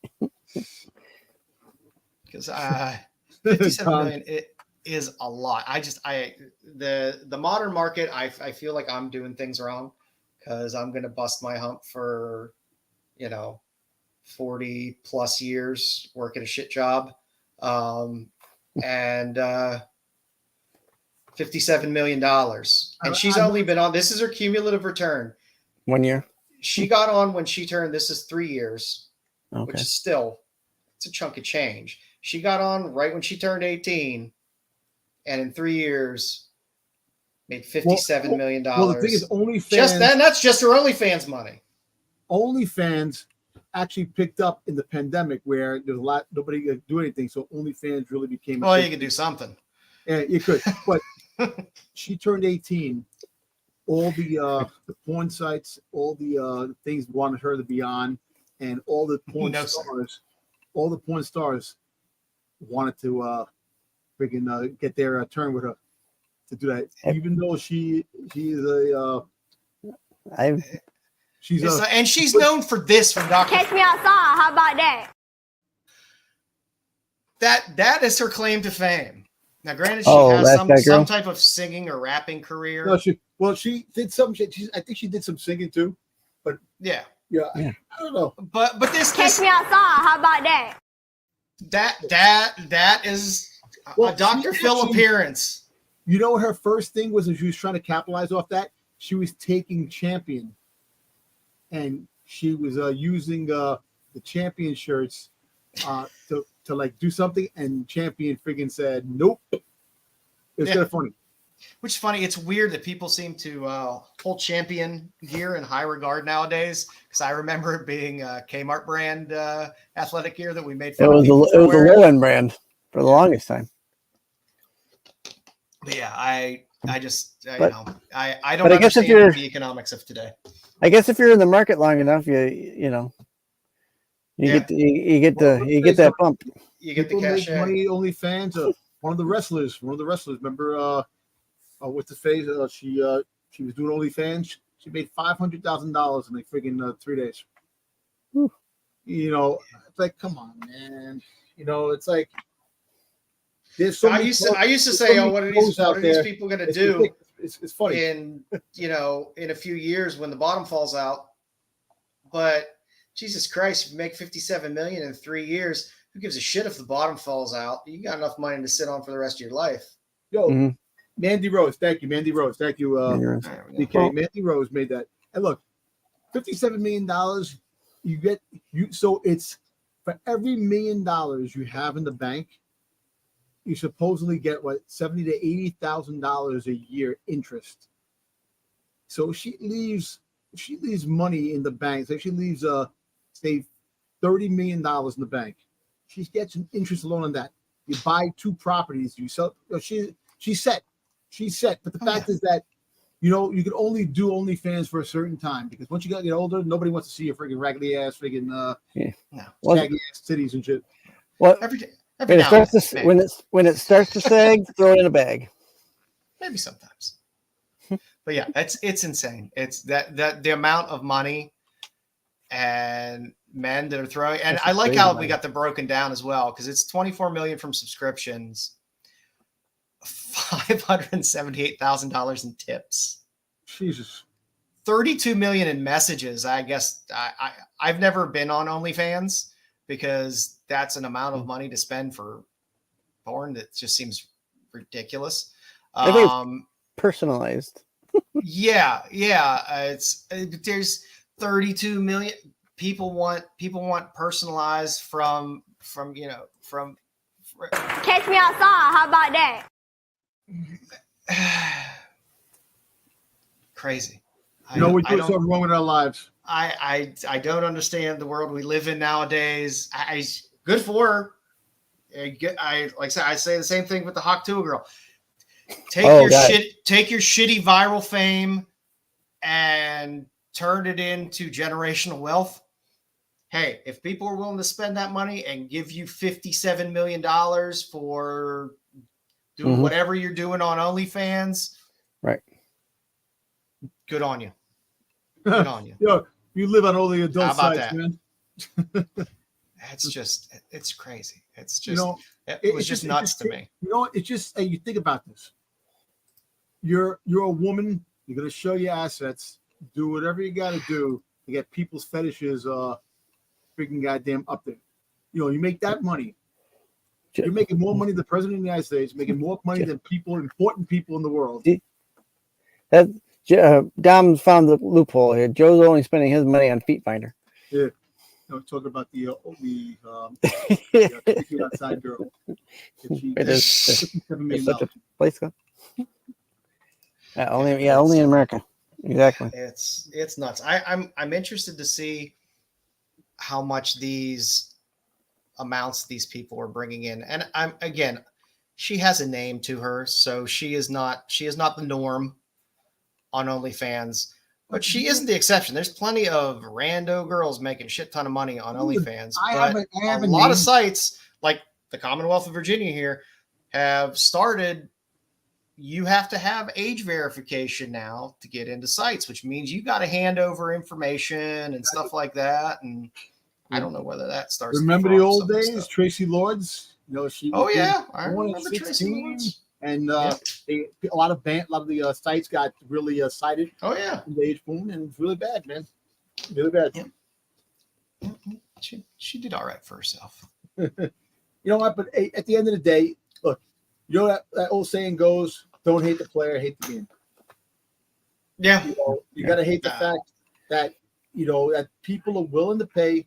People are willing to pay to watch this girl do whatever. Nobody wants to pay $57 million to see my dick, or I would go on OnlyFans and show them my dick. If somebody said, "Hey, somebody wants to see your long old balls and your raggedy ass dick and I'll give you $57 million," I'm like, sure, whip it out. But no, nobody's doing that. So I don't necessarily fault them. You work with the economy that you're given. But look, at the end of the day, man, like I complain, and joke about the other YouTubers and these kids that are making, kids that are doing toy videos and making money on YouTube. Making more money than you? Exactly. They're all making more money than me. And all the shit that they used to do, they're doing playing now, with Legos. Growing up. Yeah. Yeah. Yep. It's a sad thing. So Joe, you look at this OnlyFans, your daughter's on there. How would you feel? If she made $57 million, what'd you do? I'd be very torn, because I'd be like, I'm very glad you have fuck you wealth now, which is nice. Now, granted, let's say the government's going to take half of that. So now you're down to 25 million. You're young and dumb, so you're going to spend a bunch of it really, really stupid, living a lifestyle that's drugs and alcohol. That's well above your means. Yep. Yeah, you're probably going to get sued 3 or 4 times by somebody and pay some settlements. Yep. And then by the time you're 30, maybe you got 5 million, which still ain't a bad little nut, to have. Mm-hmm. But, if you're still trying to live that lifestyle at that age, that's going to go fast. That's why so many of those guys from the NFL are broke by the time, 3 years after they retire. Everybody takes their cut, and it's rough. I'm still just trying to live my post-polio vaccine from the 20s. You know what's crazy? All kidding aside, on Instagram, majority of the girls on Instagram, when you go on their site, when you go on their page, Instagram, they have the little, up there. You press it, you press the little thing on the top, and it'll take you right to their OnlyFans page. Every single girl has a fucking OnlyFans page. It is ridiculous. You're not wrong, Damien. What? Yeah. It's just fucking nuts. It's just, it's like one of those things where it's just, wow, man. So you're showing off your assets. The money's too. That's ridiculous money. And like I said, she's not the norm. She's the exception. Yeah. But there's plenty of people pulling in 6 figures. Low 6 figures. I'll paraphrase Ted DiBiase here for a little bit. Everyone's got a price to become $1 million man. Yep. I'll just give Virgil head shake. It's friggin' nuts. But, yeah, it's crazy. I don't know. I don't know how you feel as a parent about that, because it's like, oh, come on, how if you get older and have kids, and your kids' friends are going to be seeing you, that's a very uncomfortable thing. But then you're like, oh fuck, $57 million. Yeah, who gives a shit at that point? Yeah, I mean, give me $57 million. Listen, I think people overlook the fact you make $57 million. Like, what? You know what? Do what you keep doing. It's just, I don't know, man. Like 3 years, only 3 years. I mean, granted, 3 years. 57. That chart's not going down. It's a steady, slow. It's a slow ride, but still. $1 million in your lifetime. 3 years, 57 mil. Come on. Yeah. Yeah.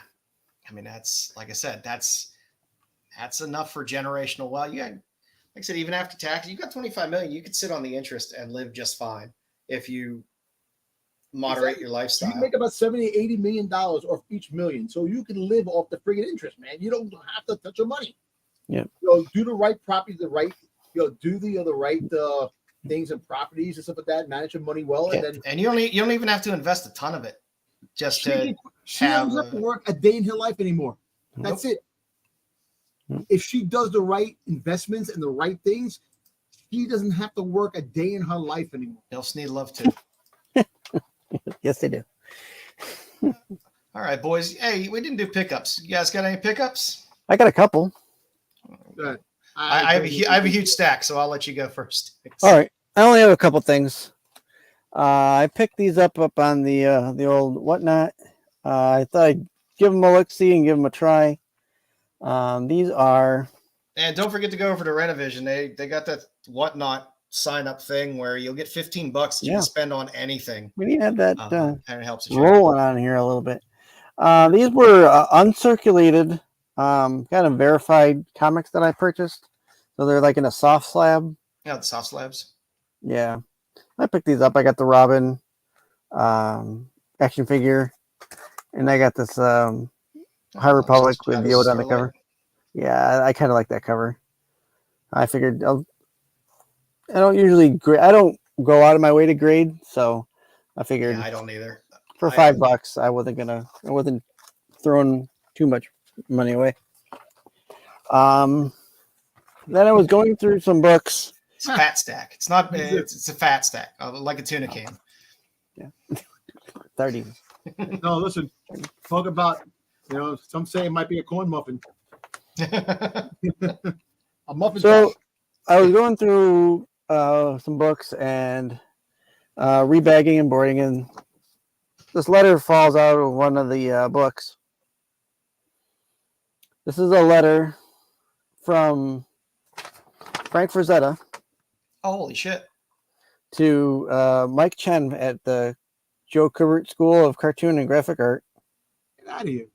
And you got a handwritten signature from Frank Frazetta.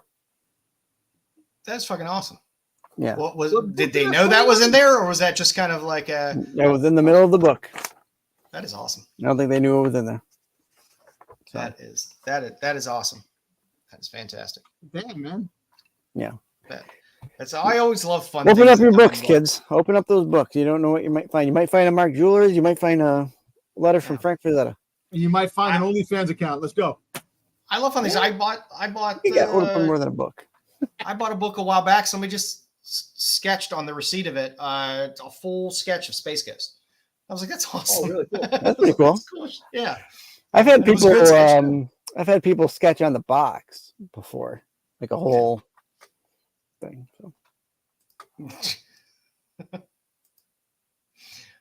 All righty. Is that all, Styx? That's it. Tom, you got anything? Yeah. You got anything, bub? I got nothing. Man. Nothing at all today. We're just going to show you a beautiful face there for a second. Look at that going. Look at that mug. All right. For being very light on pickups the past few weeks, I did get a handful of things that came in. So speaking of Frazetta. Here you go. Relevant Flowers cover. A fun fact about Frazetta, he's the one that created the Princess Leia slave outfit. I would make sense. Yep. There's some great actual photographs of Frazetta out there. Frazetta was wonderful. Frazetta Girls website is great as well if you like Frazetta stuff. They have all kinds of fun stuff from t-shirts to pint glasses to comic books. You can sometimes get some fun exclusives from there. I went on a bit of a Colette Turner jag as well. So Purgatory Must Die. Nice. Yeah, Purgatory. Red. And black. And we got red. That Purgatory chick has a nice rack. And we got black. I like Colette Turner's work. Yeah. It's nice. We got my OnlyFans check didn't come in. Umbrella and Red Sonja. That's nice. Got a nice David Finch Red Sonja cover. That's nice. That's nice.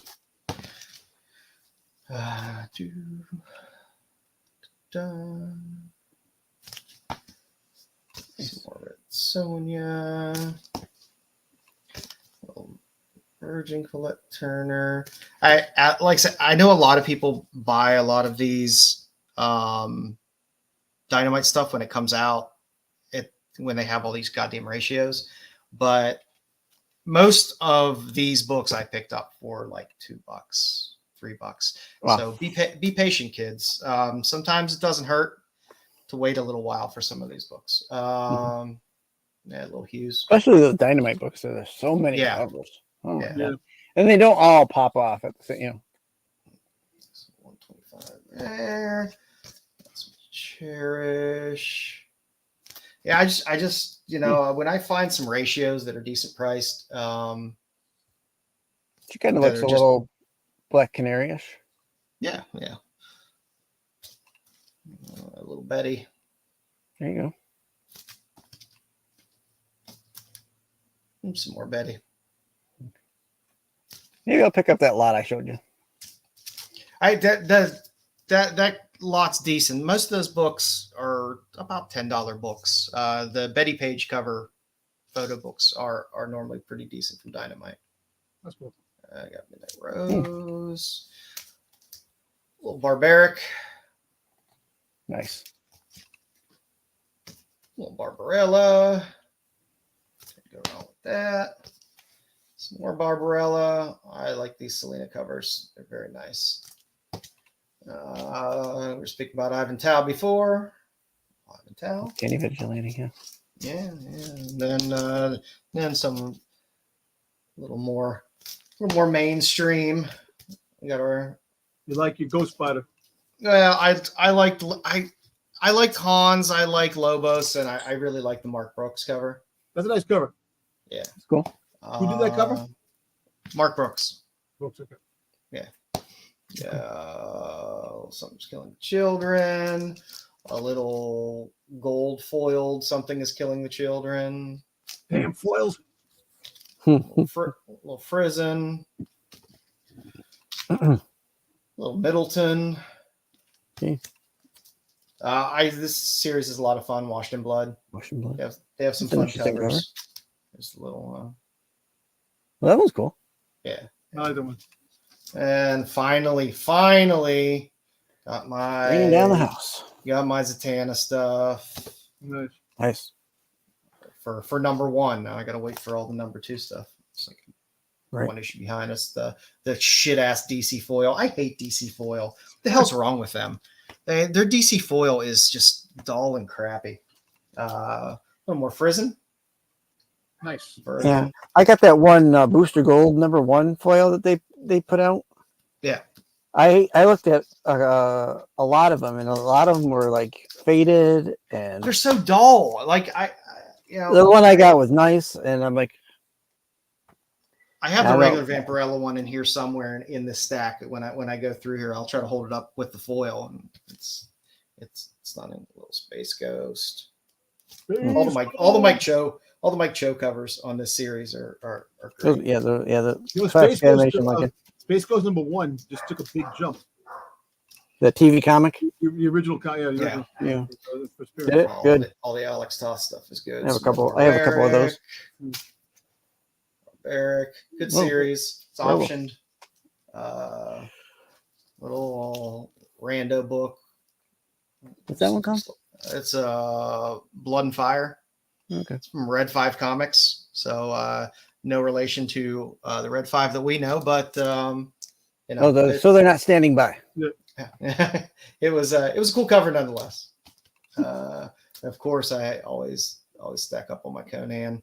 Because they're always, like I said, Titan has been putting out. It's a quality book. It's well written. The interior art's fantastic. The story's good. It's good stuff. And then, of course, I had to have a bunch of Zenoscope stuff because, well, I'll have to check the UK sites to see if they have any of that like variant for like the UK stores. Nice Hell Witch. For Conan for you.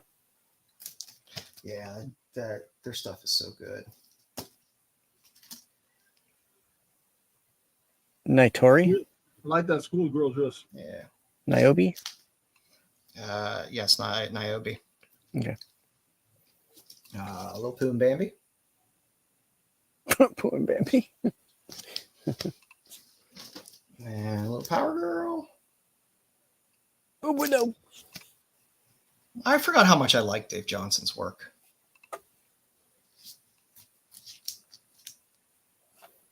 And last but not least, Grendel. This is actually a decent read. This new Grendel series. This was a decent cover on it as well. This was the B cover. So yeah, that was my stack for this week. Two big boxes came in. Of course, one box they left in the rain at my mailbox, at the foot of my mailbox. Oh shit! They left it in the goddamn rain. I came out the next day, and normally they put my stuff on my porch, which is covered, and those assholes left it on the mailbox, which is at the road, just right at the bottom of the mailbox, just leaning against the mailbox, and it rained. And I was like, Jesus Christ. But I got lucky. I just had to scrape a few of the shitty packing peanuts from Tefal off the box, and I was okay. They have those packing peanuts that expand, that aren't styrofoam, that biodegrade, so you can just spray them with water and they immediately shrink, but then they also turn into like this pasty glue stuff. So testament to Tefal how they pack their books, because that box was wet as shit and all my books were fine. So yeah, I don't know if you remember, that happened to me last year, but at the same time, actually. Well, it was in June. I found left 4 of my packages on the front stoop. You got something, Tom? I found 2 things. I like these books right here. These Game. Number 4. Oh, that is nice. You got that, and then I got the Ahsoka. Yeah. I like that one. And I know there's nude covers. Some big tendrils. I like these books. There's a couple of Boba Fett ones too that I have to pick up, but yeah, I was like, all right. Yeah, I normally pick up the Zenoscope ones when they do their 4th of July or their Star Wars ones. But, all right, boys. Good night. Tight 2 hours, just the way I like it. Nice and easy. Anything else you guys got? Let's see. We got. Don't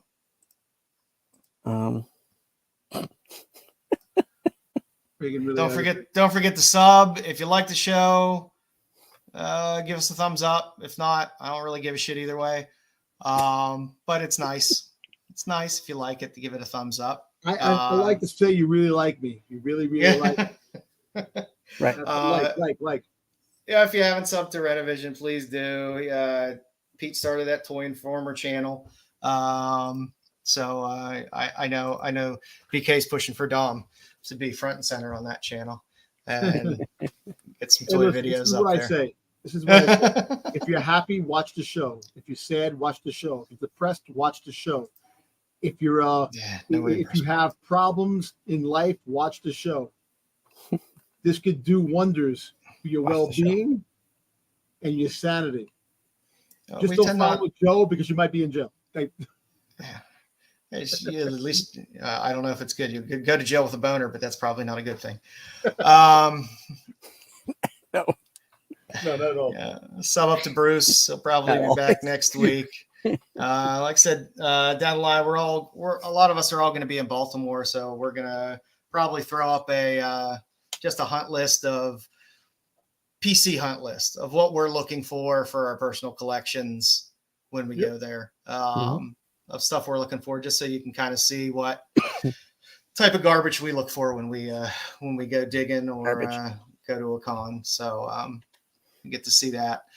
So up Styx, I'll try to start getting more of my spotlights up on my channel as well. I'm pretty lazy about it because nobody watches them, so I don't give a shit. And don't forget to check out Dom's IG feed on Domtober Old Man Fett. He's always meeting somebody who played Boba Fett.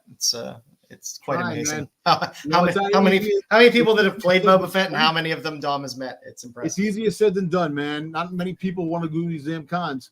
You got the Fett 5 that show up, on the circuit, out there. You got to get them all in one spot.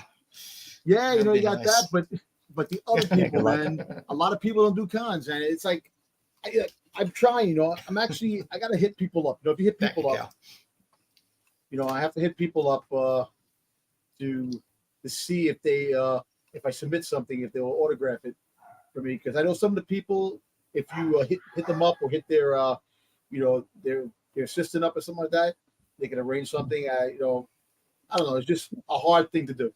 A lot of these cons now too are having where you could send in and have them sign it. Say their con is in Seattle, especially for commissions. Yeah, send in whatever it is you want to have them sign. They can sign it at the con, and they'll send it right back to you. Yeah, I know, but what's funny? It's like a lot of people prior to the pandemic used to be a con, just do regular cons back and forth. And you mind you, a lot of people are old now. A lot of people are up there in age, are in the 60s, late 70s. So young kids. It's hard for them to travel and get places, and it sucks because these people aren't getting any younger. I know. No. We're not getting any younger. Yeah. So but get them while you can get them. Catch Me Outside girl, man, she's making $57 million, and she's still young. So. No.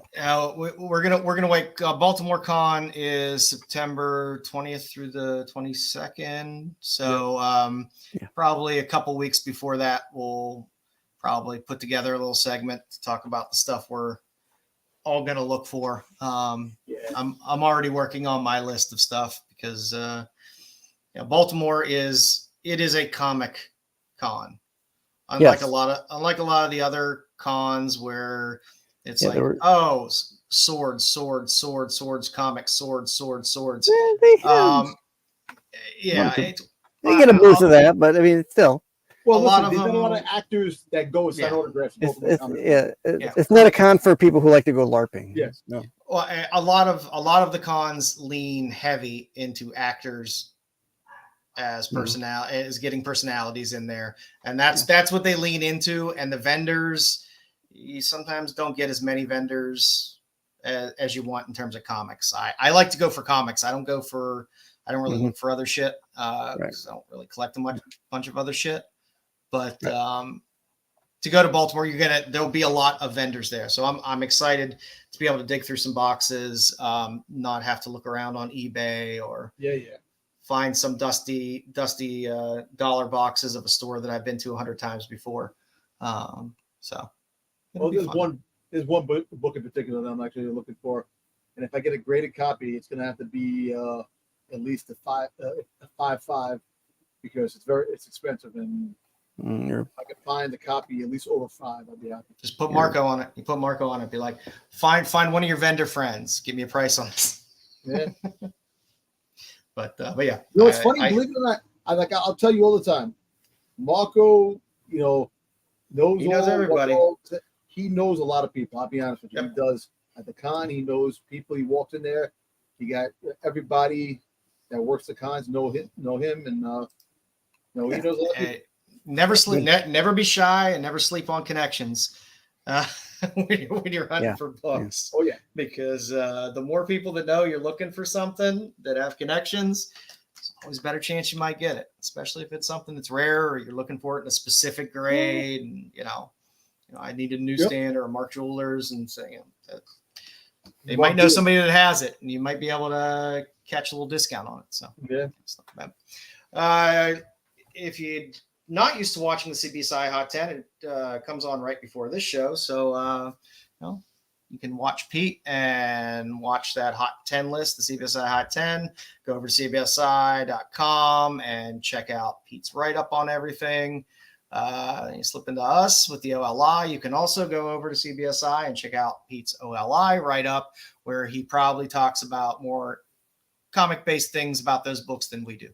But he has a write-up there as well, which is always fun. Tomorrow night, the SNS boys will be there and in full effect. Doing something. It'll be good. Styx has a new segment that he's been running. It started last week. It's fun. It's always a fun show. Saturday night's always fun. Explain to King's Porter what TAC is. Oh, sorry. Did I say TAC instead of SNS? Because what's TAC? Oh, TAC is the totally awesome, coolest show. That's that's the Wednesday show where Marco yells at everybody and tells them why they're wrong about everything. And he never lets anybody speak. No, but he puts some time in and has been doing some really good grading segments where he's showing two books that are similarly graded and, you know, being able to look at the defects of those books. And it does help. It really does help to watch shows like that and understand what to look for when you're grading a book, to kind of start eyeballing those things when you're looking at things. Cause I know a lot of people will eyeball something like this is a 9.8 or this is a 6.0. And when you're looking to send in a book and don't know, it's good to have someone in the community that can help you with that. And that show definitely helps people along. I don't know. Hello, Anthony Tang. I don't know. My mother's maiden name too? Yeah. She's the last four of my social. What's your high school name? There you go. But yeah, no, it's definitely good to know. And it's good to know because a lot of us buy books raw. A lot of us, like, I don't send a lot of books in to get graded, if ever. I buy graded books and I know the price points that I want to buy those graded books at.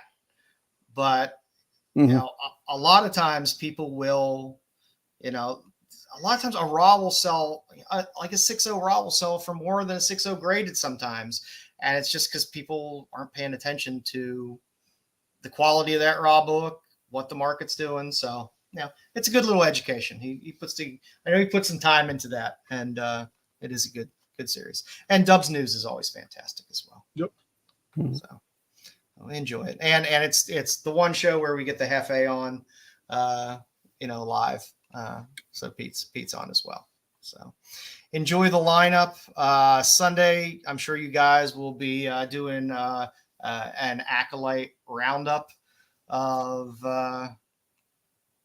how you felt with what your t-shirt.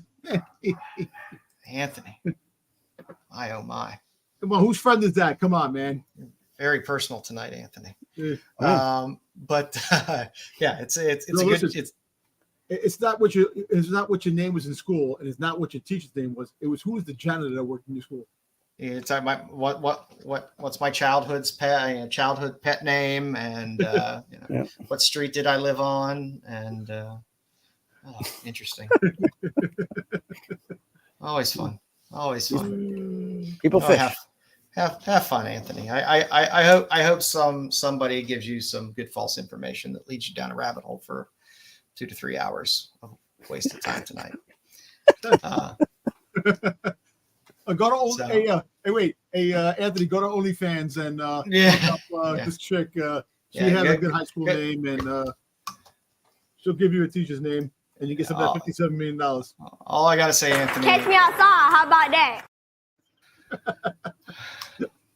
But yeah, so yeah, I'm guessing you guys are going to have a pretty making the grassroots in-depth Acolyte discussion this week about how everything ended, what might be coming forward or not coming forward, and how come there's no season?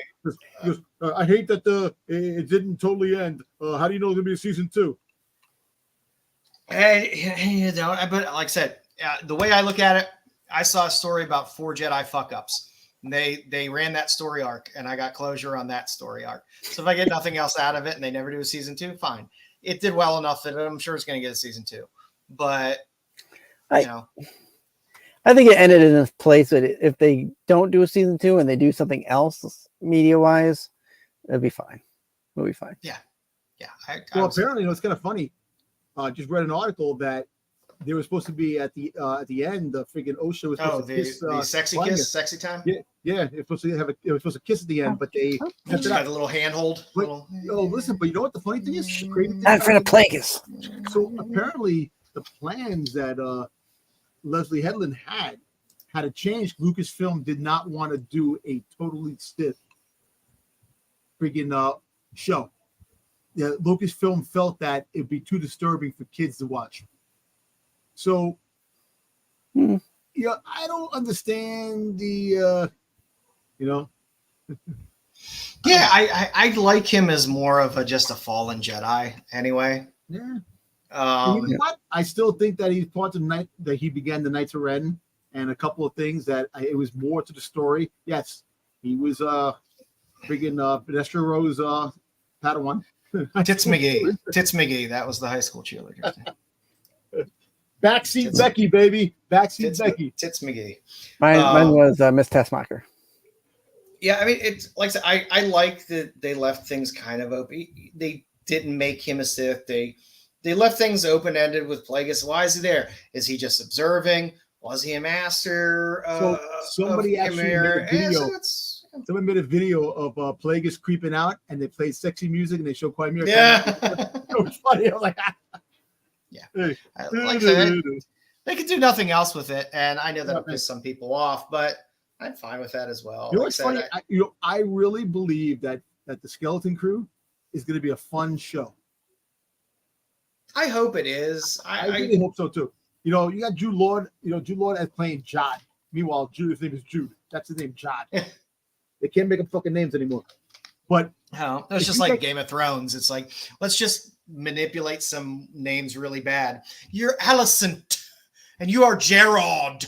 And that's an extra R. Yeah. But you know what? Listen, if they do it good, because listen, remember back in the 80s and the 90s, a good film with kids like Goonies and Monster Squad and shit like that. Those are good shows. Oh, Monster Squad is awesome. I love Monster Squad. Yeah, it's awesome. Awesome. So, but we'll see. And it's in the Mando time period, so you never know who will pop up. So we'll see. Like I said, I'm Skeleton Crew. Like I said, I'm not the biggest fan of the Mando verse in general, because to me it took away from Mandalorian in and of itself. Because I just wanted a goddamn Lone Wolf and Cub show.